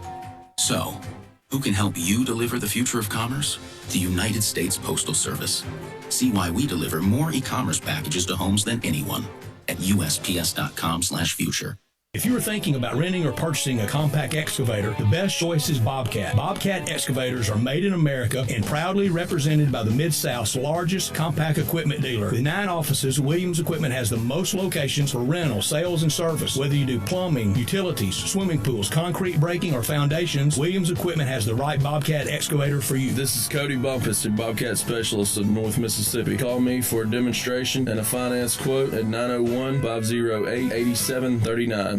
I Buy Houses, 901-406-1101. That's 901-406-1101. I Buy Houses. I Buy Houses will buy a house in any area, in any condition, and yes, it's guaranteed to close in 5 days. If you need to sell your home quickly, call 901-406-1101. If you've been through a divorce, if you lost your job, if you're tired of renters, I Buy Houses can get you your money quickly. I Buy Houses will buy your home in Shelby County, DeSoto County, Memphis, Bartlett, South Haven, Horn Lake, Olive Branch, anywhere and everywhere in between in any condition. And yes, they're open 24 hours a day, 7 days a week. I Buy Houses, 901-406-1101. That's 901-406-1101. Grab that pen, 901-406-1101. I Buy Houses. Get your gun, Nelly, and saddle up Penelope. It's Western Trading Days at Sunrise Buick GMC. Old-time trading prices on over 700 new Buicks and GMC trucks, and the Sunrise Used Car Corral has over 500 in stock. Branch managers have been told to cut prices to the bone, and remember, you can bring your car to Sunrise Service no matter where you bought it. If you're a good person with bad credit, SunriseMemphis.com will help you put one of your brand on these little fillies. Free hot dogs and Cokes at the Chuck Wagon Western Trading Days going on now at all 3 Sunrise locations. We make it fun to buy a car again. Ian Eagle here from Westwood One with the Thursday Night Football Preview, sponsored by the Alliance for Lifetime Income. Learn more at retireyourrisk.org.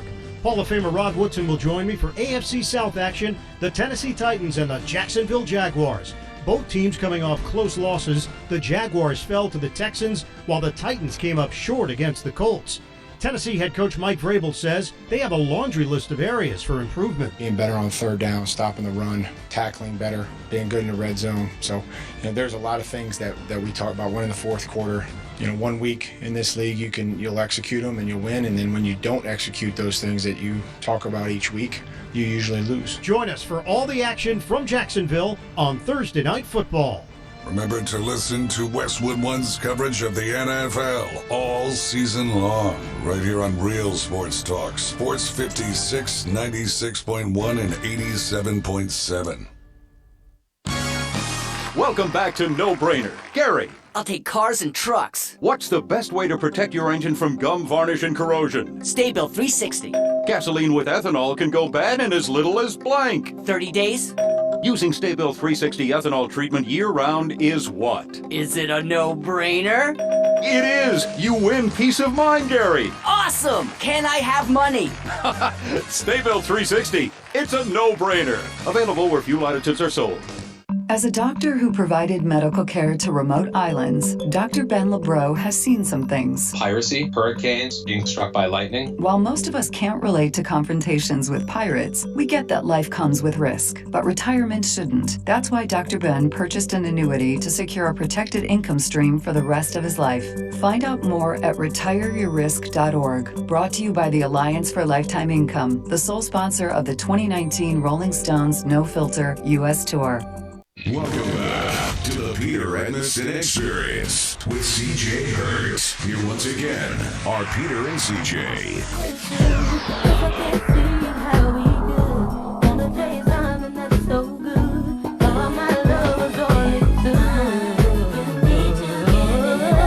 See, we had the girls' mine earlier. Now we got the boys. Now the boys' mine. I see what Austin did there. See, I always like Monica.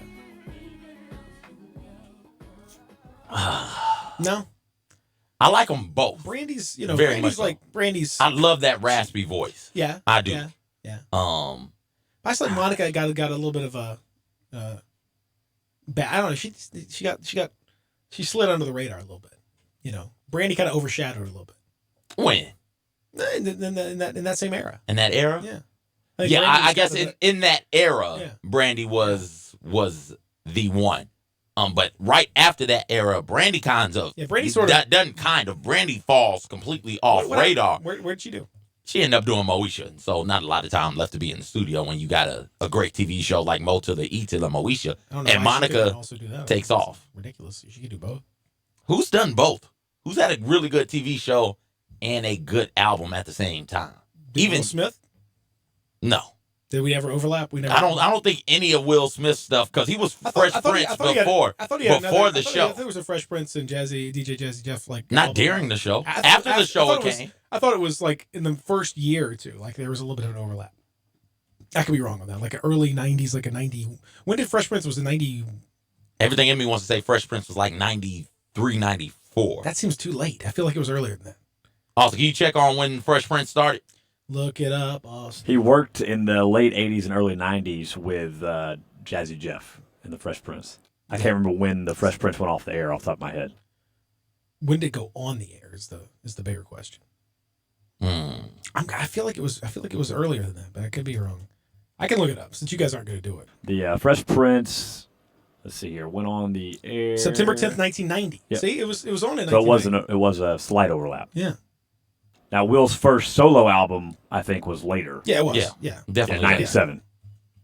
Yeah, see, I think there was a little bit of overlap. So, I mean, Home Base Code Red out in that time, but who remembers songs from Home Base and Code Red? A big fan of both albums. Really? Yeah. Okay. Huge. But the point is... Summertime. There we go. Enough said. You're right. Summertime was on Code Red. Boom, shake, shake, shake the room. Oh, Boom, shake, shake the room is that jump, boy. They did an album for the Barcelona Olympic Games. They did? Yeah. I didn't know that either. But there was at least one episode of The Fresh Prince where DJ Jazzy Jeff was actually on it. Now, I don't know if they did more than one like that, but... Have you seen Fresh Prince of Bel-Air? Have I seen what? I mean, that's a good question. What kind of question is that? Well, I mean, based on that previous comment. Based on that statement, like, Jazzy Jeff is a regular. He's constantly, that's their running gag, that Uncle Phil throws him out every episode. It wasn't every episode. Often. Maybe every other episode. Uncle Phil does throw him out a lot. But yeah, come on, dude. Summertime came out. I was like, Summertime came out after the first season of it. So. Well, Brandy. Once again, I'm right. That's the important thing to remember in this whole thing. I'm right. Also, in that one album, Code Red, or no, Home Base, sorry. Mm-hmm. The final single for that album was called You Saw My Blinker. Have you ever heard that song?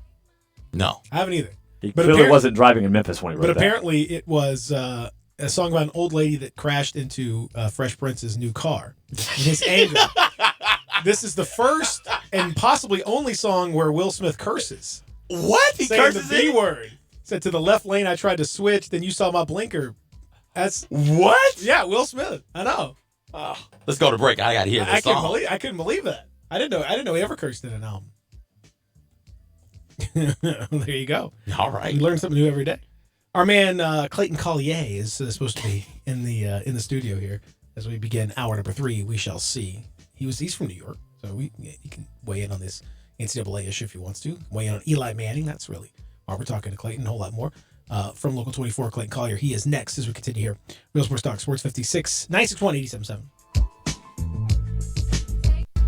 It's hot outside, and James Davis Men's Store is filled with new deliveries that are on fire to match the fall heat. The selection of 5-pocket pants in every fabric and fit is out of control. They have denim, cotton twill, brushed cotton, and wrinkle-free travel wool. And every one with that two-way stretch that moves with you no matter what you're doing. The brand new stamped cotton shirt fabrics for fall are in. I dare you to try one. 3 measurements, 9 days. They start at $98. Perfect fit. If you're tired of being the worst dressed at the pregame party, let James Davis fit you now with a perfect fit, custom made to measure showstopper coat. It starts at $6.95, and James Davis still has the Paul Batenley suit deal, 2 incredible suits for $7.95. Wedding parties? Don't rent tuxedos. Get a perfect fit classic or trim fit that someone can wear again. James Davis Men's Store in the Laurelwood Shopping Center. Always incredible service, same day alteration, and the home of the perfect fit. Tee it up at Edwin Watts Golf Shops this year with the new 2019 fall arrivals. Introducing the strikingly new T-Series irons from Titleist, featuring the T100 iron designed as a player's iron, the T200 iron, a player's distance iron, and the T300 iron, the complete game improvement iron. All pure Titleist. Let us help you find the right set and get custom fit today. Just a few of the new releases you'll find at Edwin Watts Golf Shops, home with a 90-day 100% satisfaction guarantee, serving golfers since 1968. If you need glass replaced, there's only one name you need to know: Benswinger Glass, the largest full-service glass company in the U.S. They've been an industry leader for over 125 years. For all your residential, commercial, or auto glass needs, Benswinger Glass is the name you need to know. 24-hour emergency service for all commercial customers, plus a nationwide warranty on all professionally installed glass. Visit Benswinger Glass in Midtown, located at 340 South Hollywood, across from the Liberty Bowl. Visit their website, benswingerglass.com. Benswinger Glass. Hi folks, Rob Walker, Infiniti of Memphis, and we've got a new Infiniti crossover vehicle that has raised the standard of comparison to a new level. Imagine having both sports car performance and eco-friendly efficiency on demand, working together to empower every driving experience. The result of 20 years of engineering, QX50's award-winning variable compression turbo engine is the world's only engine of its kind. Like two engines in one, it delivers a combination of power and efficiency that is truly in a category all its own, and only Infiniti has it. You'll never sacrifice performance for the sake of efficiency again. And the new QX50 offers more horsepower than its Audi, Lexus, and Mercedes competitors. Add to that QX50's award-winning sumptuous interior, and you have the best combination of performance and comfort in the mid-size crossover segment. Infinity of Memphis and online at infinityofmemphis.com. Welcome to Sherwin-Williams. Hi there. I heard paints are 40% off. Yep, and stains too. Right here. Mm-hmm. Only at your neighborhood Sherwin-Williams store. Right now. Well, September 20th through 23rd. Right on. Right? Ask Sherwin-Williams, September 20th through 23rd, and save 40% on paints and stains, with sale prices starting at $23.09. Only at your local Sherwin-Williams store. Retail sales only. Some exclusions apply. See store for details. If you're an outdoorsman and love all things hunting and fishing, be sure to listen to Sports 56 Saturday mornings at 6 a.m. for Outdoors Today. Brought to you by The Gun Store, 6920 Winchester in Memphis. Outdoors Today is a one-hour show hosted by veteran Mark Tobin and a group of respected outdoor-loving guests. Outdoors Today is dedicated to bringing outdoorsmen tips and techniques and tactics to help with your hunting and fishing in all seasons. Saturday mornings at 6 on Real Sports Talk, Sports 56, 87.7 and 96.1 FM. We are Sports 56 WHBQ Memphis, WIVG-FM Tunica Memphis, and WPGF-LP Memphis. Again, are Peter and CJ. You need someone looking after you. I know you really want to tell me goodbye. I know you really want to be your own girl. Baby, you can never look me in the eye. Yeah, you walk away the weight of the world. Stop dragging my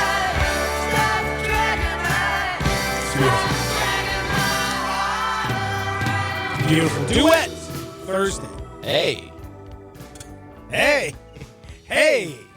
As we mentioned, coming that actually fit well with the song, CJ. You managed to pull that one off. I always manage to pull it off. That is also what she said. You certainly do. You certainly do. Hour number 3 of the program begins with a bang, right there. Sports 56, 96.1, and 87.7. We're in the Family Leisure Studios. I am Peter Edmiston. Hey, how you doing out there? That's CJ Hurt. Sweet Pea. That's my nickname, by the way. CJ's nickname is CJ, because his real name is Conrad. So CJ right there. Hey! What? Don't be telling folks my government. You know it. They know it. They don't know it. Conrad Hurt Jr. No, why are you giving them the full government? Conrad Wilberforce Hurt Jr. That's your middle name, right? Yep. Okay. And of course, you have Austin Eldridge producing the program today. Thank you to Will Smith. Man, I know we learned so much. What a terrible song. Texter says, if they pay players, why do you need to give them scholarships? Well, I mean, that would be the question, wouldn't it? Like, this is how we have to figure all that stuff out. We'll figure all that out. So we'll figure it out. Yeah. I mean, you would obviously have to modify that. You would change things. You wouldn't necessarily give them scholarships in the same way. Mm-hmm. We would modify that. So, but the point is, don't let perfect be the enemy of good. You don't have to solve every problem. We understand what we're trying to get to. Mm-hmm. We can work with it. You have in California, for example, you have 3 years until the bill becomes law. So you have those 3 years, the intervening time, to figure that stuff out, sort out as much as you can, and then when circumstances arise, then you can figure those circumstances out. We're trying to take step 4, step 5, step 6 when we haven't taken step 1 yet. Correct. So we don't really know what all we'll need to do, what all we'll need to change, and how we will need to adjust everything. So with that being the case, just make the first step. The first step. Once you take that first step, then we can make adjustments as necessary. But until you make that first step, it's all going to be speculative what may need to happen next. So as I promised you, and CJ promised you as well, and now we deliver on our promises, in studio, coming in to visit us today is the one and only Clayton Collier, as I like to call him. You know, I had a French teacher that did that to me. Well, because it looks French. Well, it's Irish. Clayton Collier. It's Irish, but Collier in French means like necklace or diamond or something. Ooh, Clayton Diamond. Now we're getting somewhere. I think in Irish it has something to do with coal mining too. Not as glamorous, but that's all right. Okay. I think have you thought about maybe just as your career continues to go with Clayton Diamonds? Clay Diamond? Clay Diamond. Clay Diamond? I don't know. I like the alliteration. But I'm sorry I'm late, by the way. I was stuck in some traffic. They were doing some of the paving at rush hour on the 240. Road work in Memphis, I don't believe. Do you want to hastily put together a rap song about it? Well, I don't want to knock them. My first job ever was in the highway department as a laborer. So that was... Wait, what does that job entail? That entails what you think it does, like shoveling tons of asphalt each day when it's like 100 degrees in the summer. That was my first summer job in high school, like when I was in high school like 6 months ago. So you were shoveling asphalt? It was terrible, and I mixed concrete. Why'd you do that?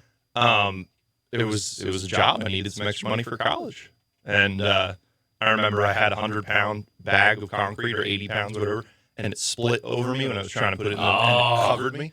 And then the guys in the truck, I'm from Long Island, so they had like very thick New York accents. That'll keep that kid in college. Did you know Long Island Ice Teas were from Long Island? I did. You know that it was about the SEC? They were trying to get SEC all up in there? You know what? I don't know the history of it. I just know that it tastes really good. So. I never heard anyone call triple SEC, triple SEC. Triple SEC. Wanted to get 3 SEC powers in there. Yeah, I've never 72.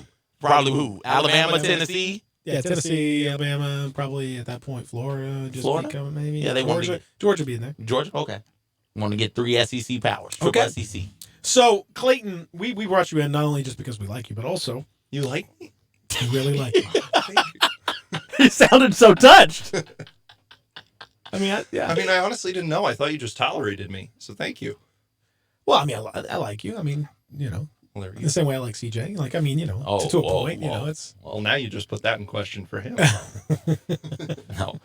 For you, because he really doesn't like me. He doesn't like me at all, Clayton. Don't let him lie to me. I you guys are both nice guys. That's what it's all about. That bar dropped quick. Yeah, I told you. Quick. I told you don't get real excited. Quickly. Don't get real excited. I don't really like anybody. But you're here because we like you, 1. And 2, you can, plug away. Local 24, you can tell everybody what's going on in local Memphis, all that. Number 3, because being from Long Island, as you mentioned, a New York guy, and your teams pretty much all suck across the board. They're not great. You're familiar with bad play, but you're also, you've been around and you grew up really in the Eli time in New York, and being around Eli Mania, the 2 Super Bowls, the rest of his mediocre career, all of that combined into one. How do you feel about Eli? As this whole thing has happened now, he is being benched. He handled it beautifully yesterday, as you would expect, very graceful, stepping aside and pushing the spotlight into young Daniel Jones category. How do you feel about Eli? I'm not surprised because he has been classy throughout his career, but I think the most impressive with how he handled it was 2 years ago when they benched him for Geno Smith and ruined his consecutive streak going. I think that was the pinnacle. That's the one that got everybody fired. Right. So I feel like, and rightfully so, the way they handled that. Yeah. Not great. No. But so I think at this point, this one was probably much easier to handle after that one went through for him. But nonetheless, it feels more terminal. That one felt like, okay, there was probably still, something left. This one, because of the, the difference between Daniel Jones and Geno Smith, but also just because of where Eli is in his career and what's happened. This one feels like this might be, we could be looking at it for Eli. Mm-hmm. No, I agree. I mean, barring a trade, across town or, to Pittsburgh or something like that, although they just got Paxton Lynch, but, it does. Future XFL first round pick, Paxton Lynch. It does feel very final. And,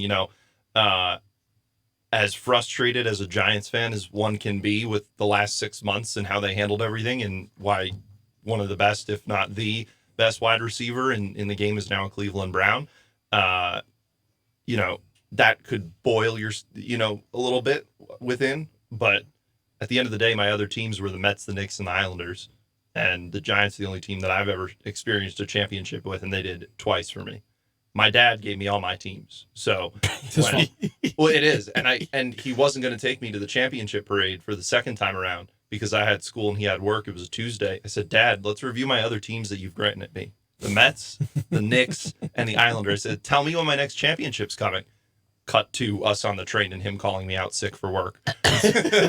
Sick for school. How old were you then? 17. The first championship was 07, 08 after that. So, that -3 is 14. So, yeah. Yeah. See, that's how it works. I'm similar. I mean, my only championships have been when I was like 11 or 12 for my teams. So I had one, in Tennessee when I was in school. That was a cool one. That was great. Y'all can my switch. professional, my NFL team, though. Y'all can switch any point in time, though. You can't. You can, though. You cannot. You definitely can, No, Peter. you don't, cannot. especially in your case with Washington.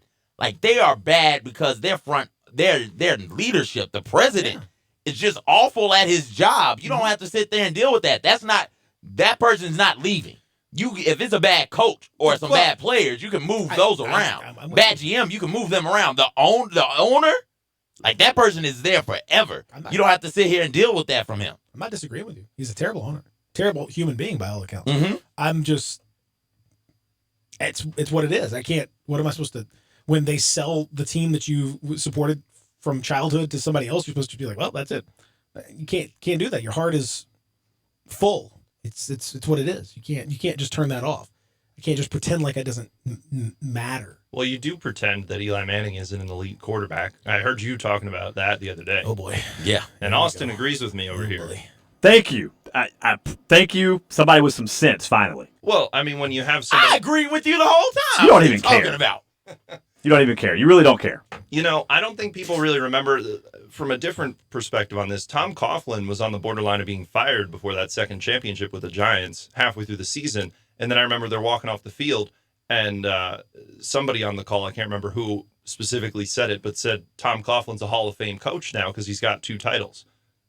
Why is that not applicable to Eli when he does as much as he's done in the fourth quarter all of his career and the way he turns it on in the postseason? I mean, would that be true of any player? Well, I mean, the first thing you talk about with Tom Brady is the number of championships he has. Because he has a Well, yeah, that's a very large number. It is a very large number. He's been in a lot, and I think Eli is 2-0, where his only 2 wins came against Tom Brady as well. But, I mean, again, what happened to those other 4 playoff appearances? 0-4. Yeah. What's that? What, you know how 3 many touchdowns, 9 interceptions? It's like what people. It's like, I mean, people say, Michael Jordan never lost in the NBA Finals. Like, but there were a lot of years he didn't get to the NBA Finals. LeBron got to more NBA Finals. Has gotten to more. That's like, okay, that's good to a point. But then there are lots of years where you lost in the first round. LeBron never lost the first round. Like, Dan Marino has a losing record in the round. playoffs and never won a Super Bowl. He's in the Hall of Fame. Joe Namath has a losing record overall. He's in the Hall of Fame. I get. He has less than me all these quarterbacks 28,000 who are- yards passing in his career. Brett Favre threw more interceptions in his career than Eli and lost to Eli in an NFC Championship game in a frozen Lambeau Field. John Elway threw less yards and more and almost as many interceptions as Eli. These guys are all in the Hall of Fame with the same or little bit less numbers than Eli has. I mean, again, like, are we just going to look at raw numbers? That's what you've been looking at. All you people that hate on him are coming with, well, look at his stats, look at his record, look at his number. That's all you guys talk about when you say he shouldn't be in. So don't come at me with you can't look at their numbers if you want to be the one to compare him. Church. First of all, I'm saying you don't compare him to other. You put him in based on what he did, but all the haters want to compare him to who already in the Hall of Fame. When some of the Hall of Fame quarterbacks don't even have as good numbers as he does. I'm just saying that it's silly to even bring up. Like, if you want to bring up guys within his era, that's fine. It's silly to bring up like Joe Namath because that was totally different. Brett Favre's in his era and lost to Eli in an NFC Championship game and threw more interceptions in his career. I mean, by over 100. Lots of guys have beaten quarterbacks have lost games. That doesn't mean they're not Hall of Famers. Except for guys Eli don't go in the Super Bowl. other than like Joe Montana, who was pretty much flawless when it came to the postseason. Most guys at some point are going to have some issues, some problems, whatever it may be. It's just that's the nature of it. I mean, there's a lot more to it than those raw numbers, is what I'm saying. Adjusted for this, that, and the other. I don't. Eli Manning, if you look at his era, at any point in his career, when you start to adjust for like, if you want to go into like adjusted net yards per pass, you want to go into like actually adjusting for this. He's a top 10 quarterback every year. Eli again, a top 10 quarterback is not. That's 33% of the league. That's but not to have it every year along the way. Do you realize that there are only 5 quarterbacks in NFL history that have won 2 Super Bowl MVPs? Eli's one of those. Great. That's how many. That's the history of the NFL. Who cares? How many cornerbacks have won? You know Tom Brady has not won 2 Super Bowl MVPs? Okay. And that's also in part because Eli has not had even near an offensive line as some of the other elite quarterbacks that have been in the game. Yeah, you know the 2011 year, they had the worst run game in the league, 32nd in the NFL in run game, and the 27th ranked defense. It's incredible. People were talking about how good that defense was. They were 27th in the league. Make so many excuses for Eli Manning. It's incredible. Well, just saying You want to put all the blame on him, but you can't. But you want to give all the credit to the rest of the team. They were worst in the league in run game, and they had a horrible offensive line. Point being is he's succeeded more with less on that. This is not the more with less of fame. It's, the Hall of succeeded with more than most would have. Just a hater. I texted you the other day about the fourth quarter comebacks that he's had. I mean, let's go down that list. He's 13th all time in fourth quarter comebacks in his career. The 12 in front of him: Peyton Manning, Tom Brady, Drew Brees, Johnny Unitas, Dan Marino, John Elway, Ben Roethlisberger, Fran Tarkenton, Vinny Testaverde, Brett Favre, Matt Ryan, Matthew Stafford, Eli Manning. Matt Ryan, Matthew Stafford just one ahead of him right now. Matt Ryan, Matthew Stafford, Hall of Fame quarterbacks. No. But but you look all in front of that, and I mean that's just another example of how he's come through when it matters. And I know that we've got to adjust, Peter, for the way the game is played now. And when you look at some of these passing all-time records, passing yardage leaders, passing touchdown leaders, I know you want to adjust for that, but Eli's in the mix there. Top 10 in both, if I'm not mistaken. He has 7 in passing yards as of right now. And I do believe 7 in touchdowns as well. And for me, it's the Hall of Fame is for legends of the game. And we can try and quantify legends of the game statistically if we want to. But some of those moments also make them legendary. What's my man who had the catch for the Steelers? His name is escaping me right now. The receiver. Franco Harris. That catch. Like, it is great to have those stats, but you also got to combine the stats with the moment. And I think Eli has both with the 2 Super Bowls, and that 1 Super Bowl over that undefeated Patriots team is a performance of legend, of note. And I think that is enough to carry Eli in, despite the issues with the turnovers, despite the issues with the regular season win-loss record. The only quarterback to ever beat the great Tom Brady twice in the postseason. The only one. Listen. And Tom Brady, can we not agree that Tom Brady is the greatest quarterback of this generation? I'm not sure if he's in the Hall of Fame. That was sarcastic. If my understanding was that they were not playing against each other, this was not a game of one-on-one. I believe that it was Tom Brady versus the Giants defense. But all the people that don't want Eli in the Hall of Fame say you got to look at what other quarterbacks have done. So you can't turn around and use that against the Eli supporters when it doesn't fit the agenda of the haters. The only point, this whole agenda of the haters thing, you're coming in so strong on this whole thing. I've told you many times, I don't think Eli Manning is a very good quarterback. And no one is. Your arguments are spoken to someone who is saying Eli Manning is a bad quarterback. I'm not saying he's a bad quarterback. I'm saying he's a very good quarterback. But you're saying he doesn't belong in the Hall of Fame, and there's no real reason to say that. Well, again, your last statement is wrong. You've overstepped your bound. What I'm saying is, you're right that I'm saying he's a very good quarterback. And I'm saying, in my mind, he doesn't belong in the Hall of Fame. You cannot categorically say that he does. That's my point. There is no threshold by which you pass this line, you're automatically a Hall of Famer. That doesn't exist. So there is no, in my mind, he shouldn't. In your mind, he should. That's fair. We can all disagree. This is not an open and shut, like, for sure case. My point is that the Hall of the 2 games in his career, and two postseasons, are carrying an inordinate amount of weight for what is otherwise a fairly good, not overwhelmingly great career. And to me, that's not... There are many, many guys... I mean, Timmy Smith had an incredible Super Bowl. I remember 1988 watching the Redskins-Broncos. Timmy Smith have 204 yards rushing in that game. Does Timmy belong in the Hall of Fame? No. He had a spectacular game when it counted the most. He was an amazing performer in that moment. Does he deserve it to be? No. Larry Brown was a Super Bowl MVP for the Cowboys. Had an incredible game as a cornerback. Probably the only cornerback who's been a Super Bowl MVP. The only guy to do it. You guys talk about Eli Manning. He's the only guy to do that. Does that? No. That's a good thing. That matters a lot. But it doesn't carry that much weight that it just blots out the rest of the career. If you look at his career and you really want to compare him to somebody, it's basically Mark Brunell is who you can compare him to. Both guys right around 500. Brunell actually has a little bit better winning percentage. Eli's played a few more games in terms of completion percentage, in terms of yardages, all that stuff adjusted for their era, that kind of thing. Very similar. Brunell had a spectacular upset in the playoffs and all this stuff on his red. Is Mark Brunell a Hall of Famer? No. Is Donovan McNabb a Hall of Famer? Yeah. Absolutely, Donovan's in the Hall of Fame. Oh, yeah. I don't think that's true. I'll die on that hill. You'll make me cake for Donovan McNabb the way Austin cakes for Eli. Oh, boy. Let's be careful. This could get rough right here. Donovan should be in the Hall of Fame. Does Mark Brunell have that moment? Does Mark Brunell hold any records? Is he top 10 in anything? Is it the Hall of Moments? It's your career, right? It's a Hall of Legends, and those moments make you legendary. Is it not? Then put the moment in the Hall of Fame. It adds. The moment made him legendary. In that moment, Eli became a legend. David Tyree's a legend. Okay. Is he not? Is David Tyree a legend? Does Tyree? Okay. How many moments does David Tyree have? How many moments does he have? How many did Eli have? 2. 30-plus game-winning drives, 2 Super Bowl wins over Tom Brady, 2 Super Bowl MVPs, 4-time Pro Bowler. That is a whole lot more than David Tyree's 1 catch. After, by the way, Eli escaped like 6 Patriots to get out of a sack. It was 1.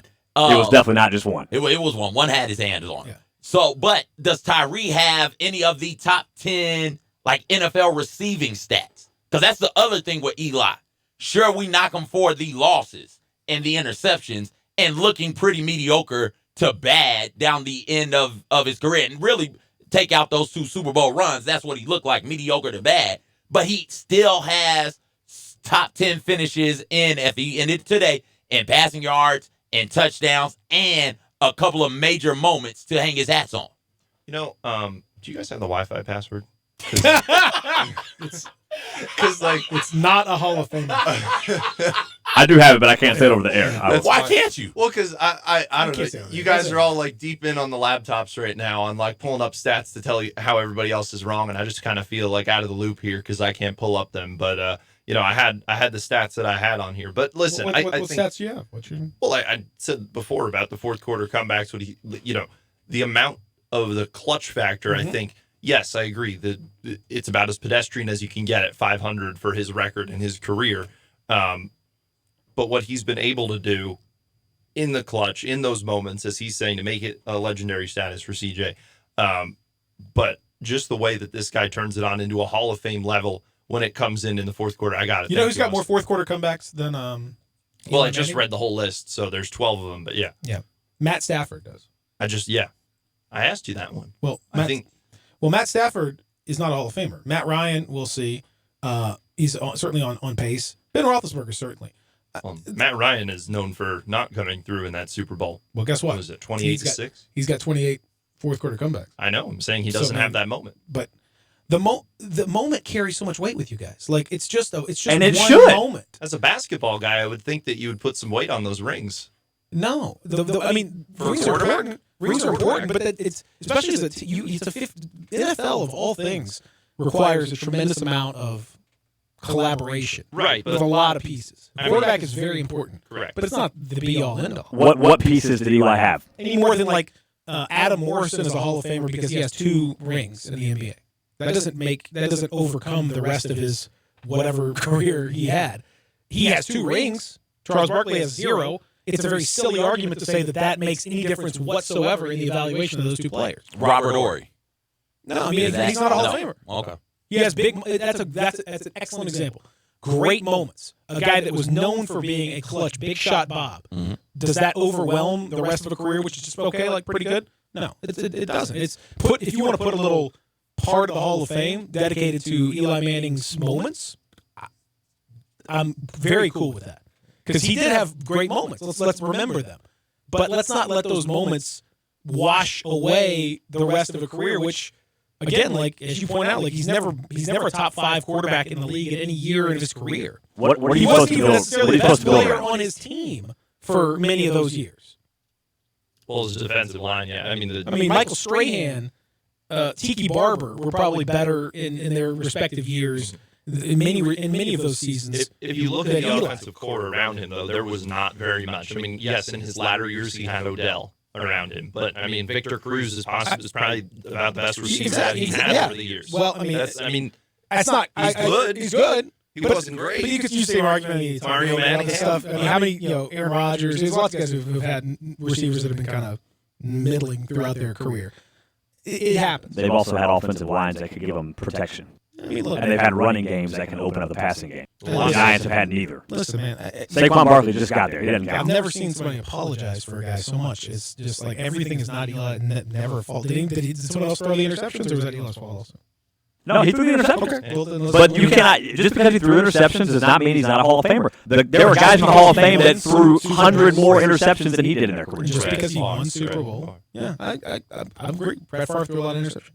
Let's take a break. I'll come back. Clayton, stick around because I found a little list here that I think I'm asking you guys these questions. I think this is going to be interesting because maybe this will help us with this discussion. We'll look away somewhere else and see if we can find this out. So we'll do that. Clay Collier from Local 24 is in the house, passionately defending his man, Eli Manning. Not as passionately as Austin, but close. And CJ's mostly, I would say, leaning slightly towards Eli in the Hall of Fame. Not slightly. I'm like, Eli's in the Hall of Fame. If I had a vote, eventually Eli would get a vote. Well, that's disappointing. So we'll take that break. We'll come back and continue here. Sports 36961877. Check out Dave Voloshin and Brent Norsworthy with Sports Time. Weekdays from 3 till 6 on Sports 56, 96.1, and 87.7. I know the sweetest thing in Memphis, and I know it's been around for 115 years. You know, I'm talking about Dinstall's, and it's time to stock up heavy on Cashew Crunch, Heavenly Crunch, Turtlettes, all of your favorite Dinstall's treats. So easy to get. The sweetest thing in Memphis, all you have to do is head to Laurelwood or head to Germantown and Poplar right across from the hospital, or go where they make the candies. That's on Pleasant View. There's nothing that says Memphis better than Cashew Crunch with that little tinge of coconut, or the Turtlettes. Let's face it, there's nothing better than Dinstall's chocolate. That's the mainstay of all candies, isn't it? Milk chocolate, although their dark chocolate is pretty darn good. And if you get the peppermint with the dark chocolate and put it in the freezer, you're going to love it. So many ways to love Dinstall's. Stock up heavy on all of your favorite Dinstall's treats. 115 years of making Memphis oh so sweet. Bases loaded here at the top of the ninth. And the pitch. And it's out of here. We deliver baseball caps, mitts, and everything you need to get ready for the game. But what you really get when FedEx knocks on your door is so much more. FedEx delivery. Game day spirit. What we deliver by delivering. Eli Savoy here for my friends over at the Edwin Watts Golf Shops. Here to let you know it's time to tee it up at Edwin Watts Golf Shops with the new arrivals from TaylorMade. Introducing the new P790 irons and the new milled grind 2 wedges. The P790 irons feature speed foam technology and redesigned tungsten weighting for optimum feel and distance. And the new milled grind 2 wedges designed for increased spin and precision with raw face technology. Let them help you find the right set and get your free custom fitting today. Just a few of the exciting new fall releases you will find now at the Edwin Watts Golf Shops, home of the 90-day, 100% satisfaction guarantee. Visit Edwin Watts Golf Shop and check out new P790 irons and the new milled grind 2 wedges. The Edwin Watts Golf Shop on the corner of Poplar and Perkins Extended. We'll see you there. Edwin Watts Golf Shops, serving golfers since 1968. You're in charge of hiring, and Indeed has solutions, like online skills tests, which let a candidate show that they're the right hire. We'll also have a dolphin chatter excitedly in front of the perfect candidate. Okay, there's no dolphin. But skills tests That's for sure. See why independent research by Silk Road shows Indeed delivers 3 times more hires than any other job site. Visit Indeed.com/promo today and get a free sponsored job upgrade on your first posting. Terms, conditions, and exclusions apply. We're the top dog around here. Only the top athletes in the world can make the NFL. He's going all the way for the touchdown. But anyone can play NFL fantasy football, the official fantasy game of the National Football League. That's big time right there. NFL Fantasy provides all the tools you need to build a winning team. Live draft and manage your team from anywhere on your phone. Get expert advice and player projections right in the game. What are you waiting for? Let's go! It's not too late to play. Sign up for free at NFL.com/fantasy. Hey, Tiger fans, this is John Stacy of the Blue and Gray Show. You can hear Drew Barrett and I talk Tigers with Tigers every Sunday at 5 right here on Sports 56, 96.1, and 87.7. Drew, who do we got in the studio with us this week? This week will be our family show as we have former Tigers Ray and Sam Kraft in studio with John and I as we look towards Navy and talk the family tradition of Tiger football. Thanks, Drew. We'll be here Sunday on Sports 56, 96.1, and 87.7. The Blue and Gray Show, where we talk Tigers with Tigers. Welcome back to the Peter Edmiston Experience with C.J. Hurt. This hour is brought to you by Acura of Memphis. Here once again are Peter and C.J.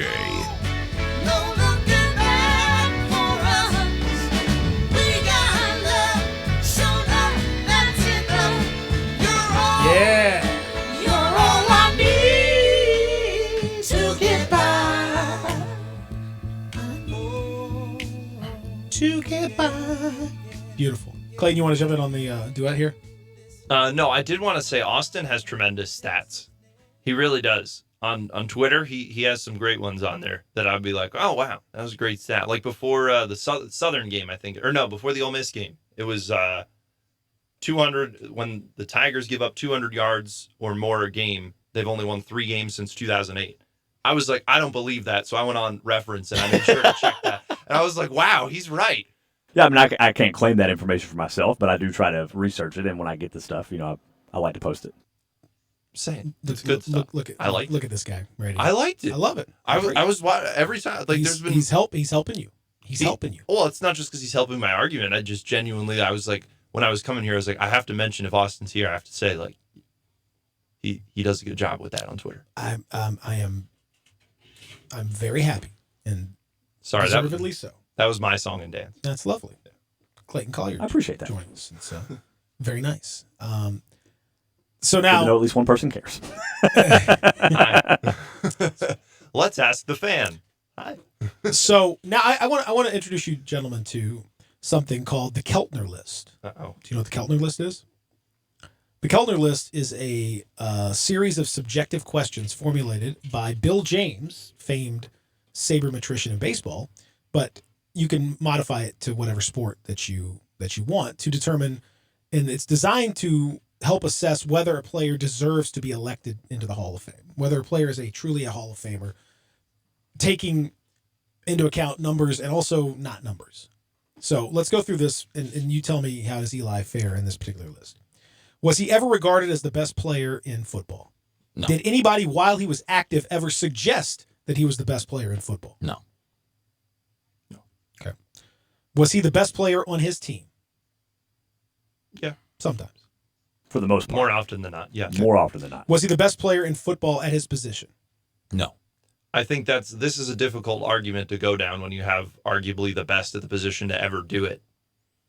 But even those years, Tom Brady wasn't the best at the position. Gentlemen, there's more to we're just going through this list. Okay. There's 14 questions. So that's fine. We're just assessing. This is helping to assess. Okay. For example, this is the Dan Marino argument. Like, you could say he was the best player in football for quite a while, even though his team was not very good. You can't say that necessarily about Eli Manning. Okay. Did he have an impact on a number of Super Bowls or conference finals? Yes. Yes. Yes, he did. Was he good enough that he could play regularly well after his prime? No. Well, I mean, he did play regularly well after his prime. Yes. Was he good enough to Yes. should he have been? The answer is a yes. Yes. I think that's well, let's put that as that answer is a yes. As a yes, but let's put a little asterisk. Yes, but asterisk it's a beside that yes. one. Okay, but yes, okay. Is he the very best football player in history who is not in the Hall of Fame? No. Okay, that's a ridiculous question. No, I mean it's that's fair. Like you could look at a guy who is he like Donovan McNabb. We're talking about McNabb. McNabb's on the Hall of Fame. Is he the very best quarterback not in the Hall of Fame? No. Like is he on the fringe of that? Would Eli be on the fringe of that? I would say no. I think you can make the argument that McNabb is better.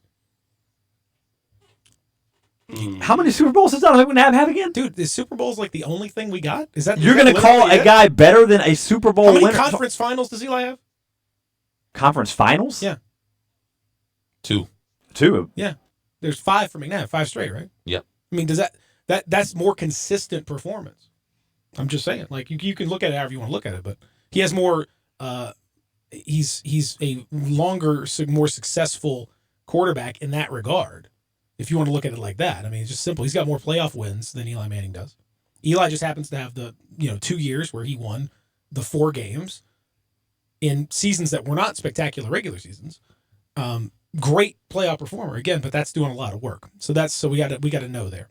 Are most players who have comparable statistics in the Hall of Fame? That jury is still out for that yes, question. But yes. I would say depends on the statistic. You can't do that. See, that's the problem right there. You cannot do that. The answer is yes. Why can't I? I just did. Well, when we were saying that when I was trying to pick away at the first thing you were saying, you're like, okay, wait, there's a lot of questions, but then when you're picking away at it while you go. Yeah. There's that's how it works, and that's how the haters work. They only take what they want it. They take it how they want it to be, and they don't look at everything else. What are how should we best compare quarterbacks across eras?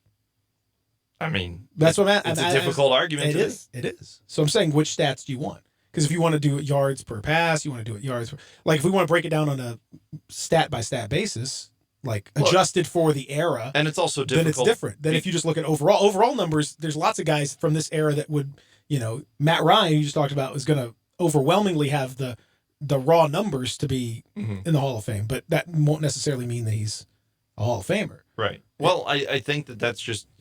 It's the difficulty, especially with football, where careers vary in length as much as they do. I mean, I'm trying to compare Eli, Brett Favre, Donovan McNabb, and Troy Aikman's numbers right now, and you have 300 games for for Brett. You have 250 range for Eli. You have 167 for Donovan McNabb, and then 165 there for Troy Aikman as well. So I mean, it's like trying to compare it in terms of that, and the difference there with, are we going off of QBR? Are we going off of total yards or touchdowns or championships?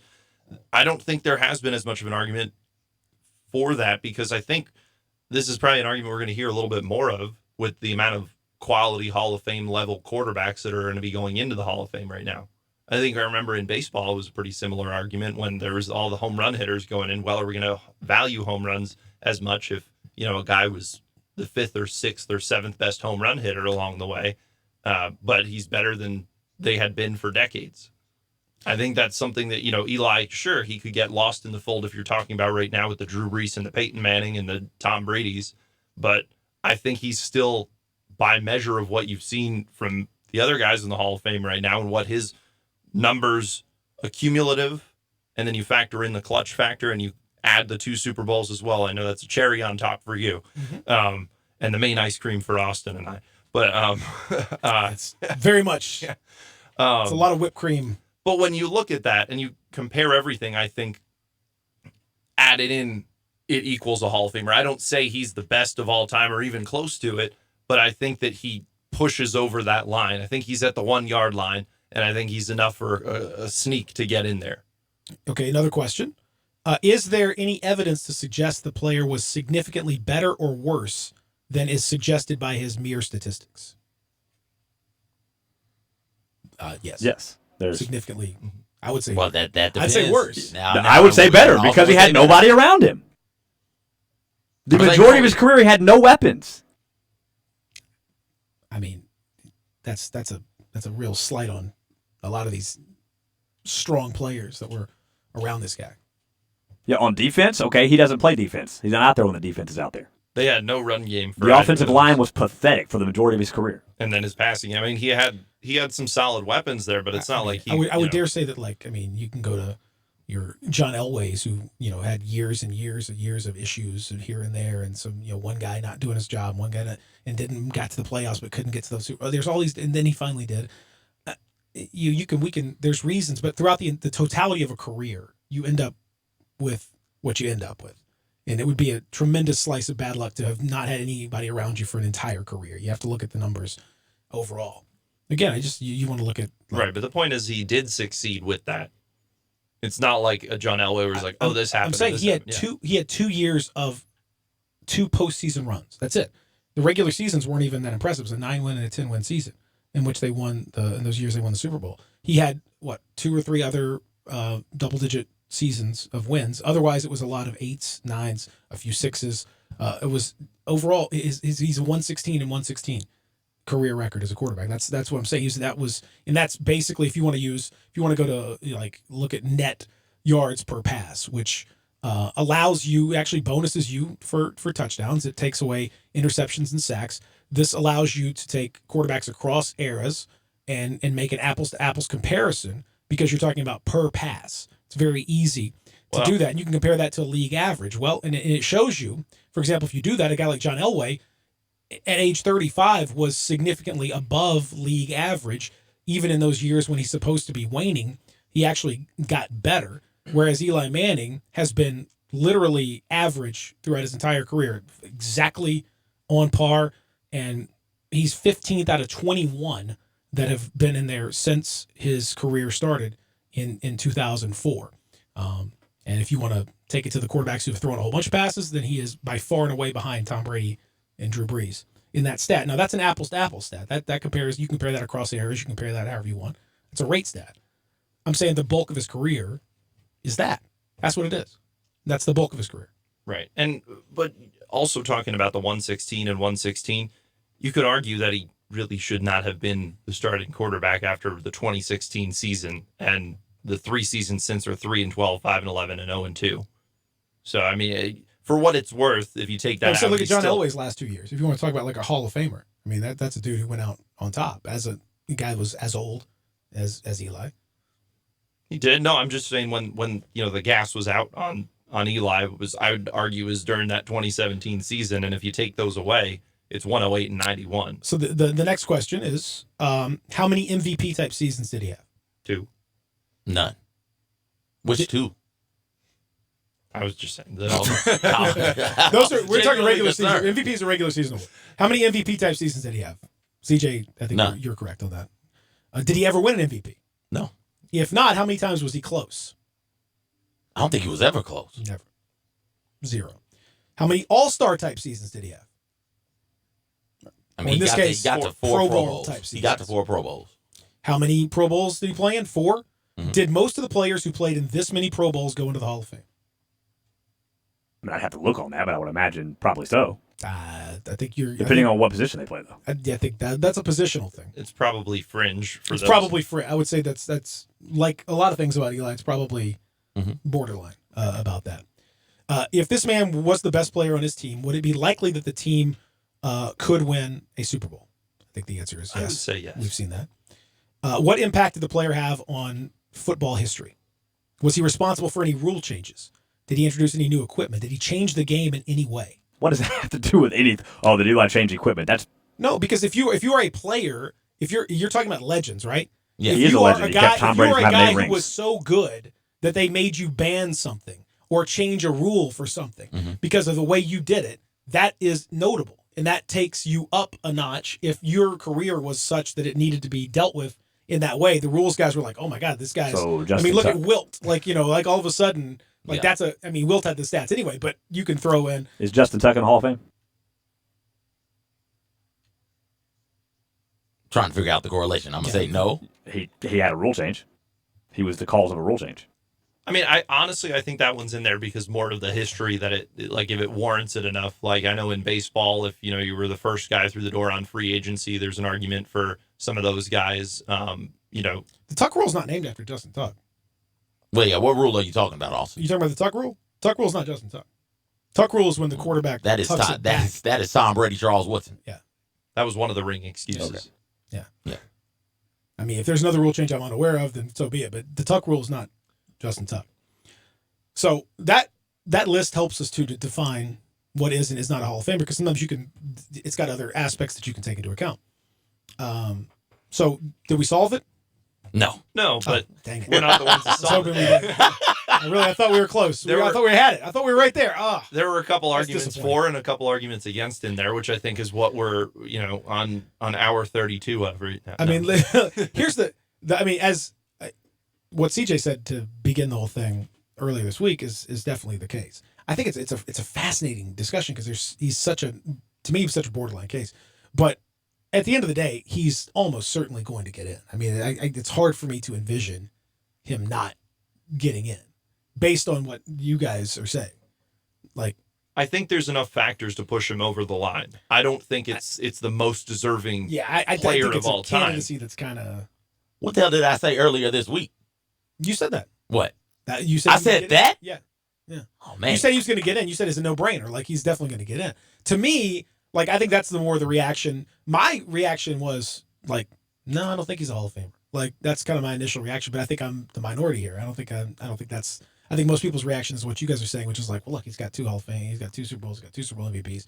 Like, come on. Like, it also helps Eli. Don't look at the other stuff. Don't look at anything else. That's all you need to look at. Like, it doesn't matter. He could have retired after 2011. He'd be good to go. We don't even care. It also helps him the market that he's in. Because there's a lot of people in that market. There's a lot of fans of that team. Just, and so, they cape for theirs. And this is the best player that they've had in all of their sports. You can make it there, you can make it anywhere. He is the best quarterback in the history of the Giants. That's without question. Yeah. And the fact that knocking Phil Simms there, I don't know. The fact is, he's going in. He will be in the Hall of Fame. Jeff Hostetler is rolling over in his grave. He's not dead, I don't think. I hope not. Is he Jeff Hostetler still with us, right? I believe so. Okay, let's go. I hope so.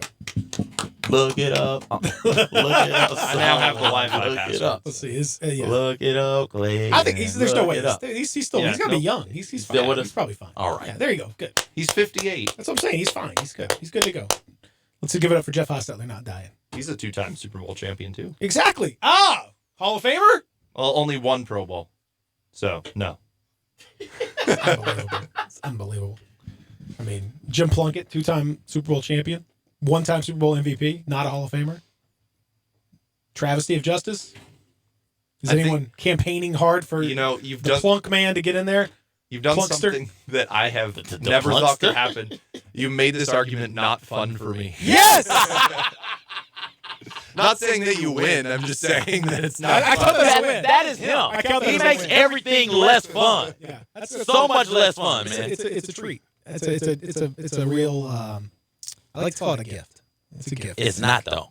Yeah, it's a gift and a curse.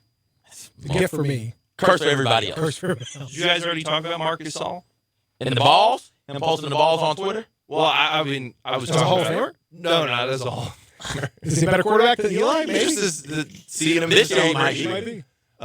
No, sorry, not to completely change subject, but I'm gonna. But no apologies. If you're apologizing, don't do it. Yeah. Okay, well that's fair. Fine. Well, we'll tell you what. Hold on. Can we take a break and then you can Sure. Well, jerk your car off the road? It's up to you. Let's take a break first and then you can do it. It's your show. All right, let's take a break. Clayton, you come back and you can veer us into that ditch, Will Smith style. As we continue. She saw my blinker, man. That's right. Real Sports Talk, Sports 56, 96.1, 87.7. Get happy with Johnny Radio's Happy Hour. Weekday afternoons from 1 till 3 on Sports 56, 96.1, and 87.7.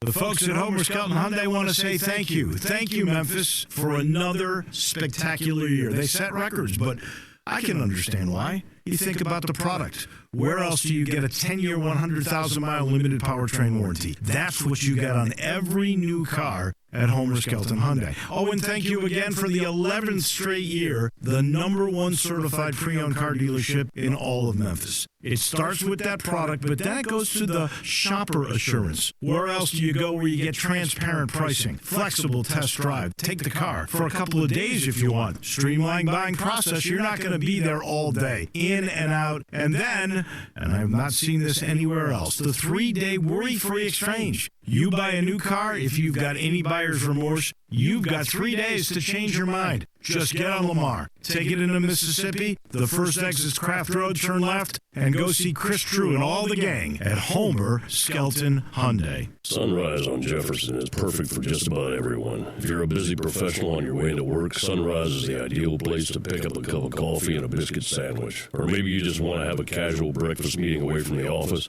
or you want to grab a classic lunch served fast and fresh. Whether you want to dine in or carry out, there's really nothing in Memphis that compares to Sunrise. Whatever you're looking for, breakfast or lunch, chances are it can be found at Sunrise on Jefferson.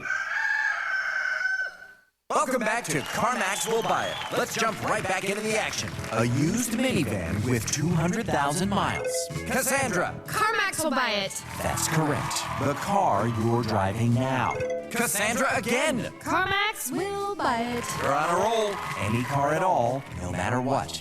Jerry? Is the answer CarMax will buy it? That's right. Because CarMax buys all the cars, no matter what. No questions asked. CarMax will buy it. Get your gun, Nelly, and saddle up Penelope. It's Western Trading Days at Sunrise Buick GMC. Old-time trading prices on over 700 new Buicks and GMC trucks, and the Sunrise Used Car Corral has over 500 in stock. Ranch managers have been told to cut prices to the bone, and remember, you can bring your car to Sunrise Service no matter where you bought it. If you're a good person with bad credit, SunriseMemphis.com will help you put one of your brand on these little fillies. Free hot dogs and Colts at the Chuck Wagon. Western Trading Days going on now at all 3 Sunrise locations. We make it fun to buy a car again. Dirt happens, as well as debris, dust, and damage. And when they happen to you, you need good, clean, fast service. You need Hilo Commercial Services. Hilo specializes in construction, commercial, food plant, and industrial cleaning with customized service just for you. Hilo is also an expert at high dusting to clean hard-to-reach places. When dirt happens, call Hilo Commercial Services, 901-277-6733, or visit HiloCommercial.com. Hilo Commercial Services, good, clean, and fast for you. Memphis Madness returns Thursday, October 3rd to FedEx Forum at 7 p.m. Tickets start at just $5. That's right. You get to see the University of Memphis men's and women's basketball teams, former players, the mighty sound of the South, and maybe even special guests, all for just $5. If that's not enough, the Blue Carpet Experience starts on the FedEx Forum Plaza at 5 p.m. And that is a free event for the entire community. So get your tickets today at GoTigersGo.com. Memphis Madness is presented by Ashley Home Store. Welcome back to the Peter Edmiston Experience with C.J. Hurt. This hour is brought to you by Acura of Memphis. Here once again are Peter and C.J. And I bet you got no idea you're going to need Highway don't care? This is it? This my jam. This This is the jam right here. I don't know. Taylor Swift comes in, though, doesn't she? Yes. Right here. This is Tim McGraw and Taylor Swift. Tim McGraw. I'm sorry, I know none of this. That bump right here. Drive safe, arrive alive, so that highway don't care. But I care. Yeah, that's nice. Yeah, that's nice. I like that. That's Taylor's country was so much better than her pop. I wish she'd go back to the countryside. Yeah, she got a beautiful voice. Do you guys have like Foo Fighters or something? Duets. Oh. Duets today. Duets. You're a Foo Fighter guy. I'm a big Foo Fighter guy. Do they have a duet with somebody? Or does he have a duet with somebody? Who is a Foo Fighter? Dave Grohl is. Foo Fighters is a band. He's collaborated with it. He's like a walking duet. Okay, Yeah. cool. Yeah. He's Johnny Foo is his name. Johnny Foo. Ah, that makes sense. Johnny Foo and the Fighters. Okay. Did you see that? So you want to take us off the road here. So now we have Highway. It's a perfect song to just you want to veer us into a ditch. Go ahead. That's fair. Well, no, I thought it was. I posted on Twitter. I thought it was interesting that Marc Gasol, 11 years both on the international stage and the NBA stage, had not won anything outside of FIBA Eurobasket, and then in the 7 months since being traded, the guy has an NBA title and now a FIBA World Championship. Well, he won a FIBA World title in 2006 before he came to the Grizzlies.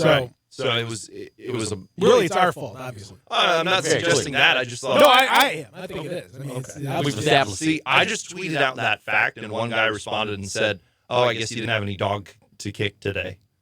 I was like, "Well, I was just pointing out a stat." I mean, it's true. I mean, clearly he is flying like a bird, free from the shackles of Memphis. It's been a good year for him. It's been a very good year. He didn't want to go. No. And look, had to white fang him. Had to kick him out. But now we know what we've been missing. Yeah, have you seen White Fang? Had to white fang him. When White Fang, when he has to get White Fang, he has to keep White Fang safe. He has to beat beat the wolf up and say, "Get out of here, go!" He's crying. It's brutal. That's what had to happen. Mark didn't want to go. Here's the question I have: will Marc Gasol be outdone by Mike Conley on the parade if Mike Conley were to win a championship? No. No. Not a chance. I don't think that's possible. Not a chance. Marc Gasol chugged a bottle of wine. Speaking of Hall of Fame, Marc Gasol's got to go in for like beer chugging or something. Marc Gasol was extraordinarily drunk, like problematically drunk, sitting next to Canadian Prime Minister Justin Trudeau, who himself is Blackface McGee. Is problematic. All the blackface parties my man is going to. You'd have to. You'd have oh, to. yeah, it's three of them right now. Three. And it's only 9:55. Wow. There are more coming. We got 3 blackface things happening with Justin Trudeau. I woke up and drove here, so I have not been up on. That was yesterday. He was well, dressing. Then I have no excuse. Again, let me just go ahead and since we're near the end of the show, let me give you a little public service announcement as a white person. Here's the number of times it's okay to go in blackface. 0. Never. Okay. Are you going to a party? Yes. Don't dress in blackface. Are you impersonating a black person? Yes. Don't dress in blackface. How will they know I'm the black person if I'm not black though? They'll figure it out. Okay. They'll be able to figure it out. Okay. Maybe you could just dress as the person and let them. If you're going as LeBron James, for example, I think if you wear a LeBron uniform, I think it will get the point across. Oh. Without you necessarily having to go ahead and. There's a lot of, for art. Again, this is for the art. White listeners out there. There's a lot of stigma that's associated with that you may think it's merely I'm just like I'm coloring my face in. It is not. It is there's a lot more to it than that, and don't ever do it. Never, 0. Very similar to the N-word policy, which is never. Not even in a rap song? Not even in a rap song. What? No. That makes it hard to listen to YG then. That's never. That's a big my never. what? My what? Yeah, that's a big never. We're just gonna go ahead and say never. I'm starting to dive down this rabbit hole, and I can now because I have the Wi-Fi password. Yeah, So there you go. That's Clayton Collier. We've allowed who's opened up another can here. These are very important lessons that we need to learn. Very important warnings. Just never. Just think about it. 0. Never. 0. Never. Not once. Ever. Never. Never. Never. Ever. Never. If you think about it, nope. Again, no, never. Thought never crossed my mind. Again, that's the same thing with me. There's all these people that have dressed. He was dressed in blackface in 2001. Like, what? I've never once thought about or seen anyone in black. I've never been to a party, and I've been to many costume parties. Never once. I painted my face green. I painted my face other colors. I never saw anyone trying to pull this off. Very clearly, you're not at the right party. Am I just not being invited? Clayton, are there white parties that you're being invited to that I don't know about? I've never seen that. Austin, am I the only white person who hasn't seen this? I mean, what? Are you about the Trudeau thing? Yeah. I saw a little bit of it on Twitter. Okay. Here we go. I haven't seen I didn't go watch it. I just saw it make the news. I'm saying, have you been to a party where people are in blackface? I've never once been to a party. Oh no, I have not. I have never seen that. No. Yeah, man, I don't get it. Well, it's going on. It's happening. Apparently, it's happening. Believe it or not, neither have I. I can't think of a reason I would have had to go to a party where somebody might have been in blackface. That I'm not going to these cool parties apparently where people are doing terrible stuff. I mean, I wouldn't be supportive of it, but I'm just saying, I didn't get the invite.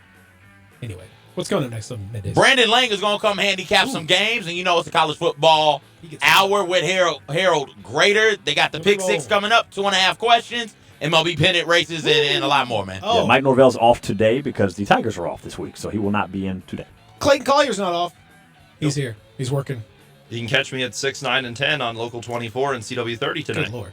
Busy man. Unbelievable. Busy. Thanks for spending an hour with us. Yeah, thank you, Clayton. We appreciate it. You do it. And thanks for your support. In all seriousness, Clayton does an excellent job. And you need to thank Clayton. I just did. And Austin. Yep. That's go it. back. Oh! The forensic analyst searched for clues to the house fire. Could that be Starch? Suddenly it came together. The fire was started by an over-microwaved potato? covered July 25th, 2015. Talk to farmers. We know a thing or two because we've seen a thing or two. Call Chad Gatlin at 901-235-1176 or get a fast quote at memphisfarmers.com. We are farmers. Bum, bum, bum, bum, bum, bum. Underwritten by Farmers Truck Fire Insurance Exchanges and Affiliates. Products not available in every state. Family Leisure has the world's biggest spa sale going on now. Over 50 spas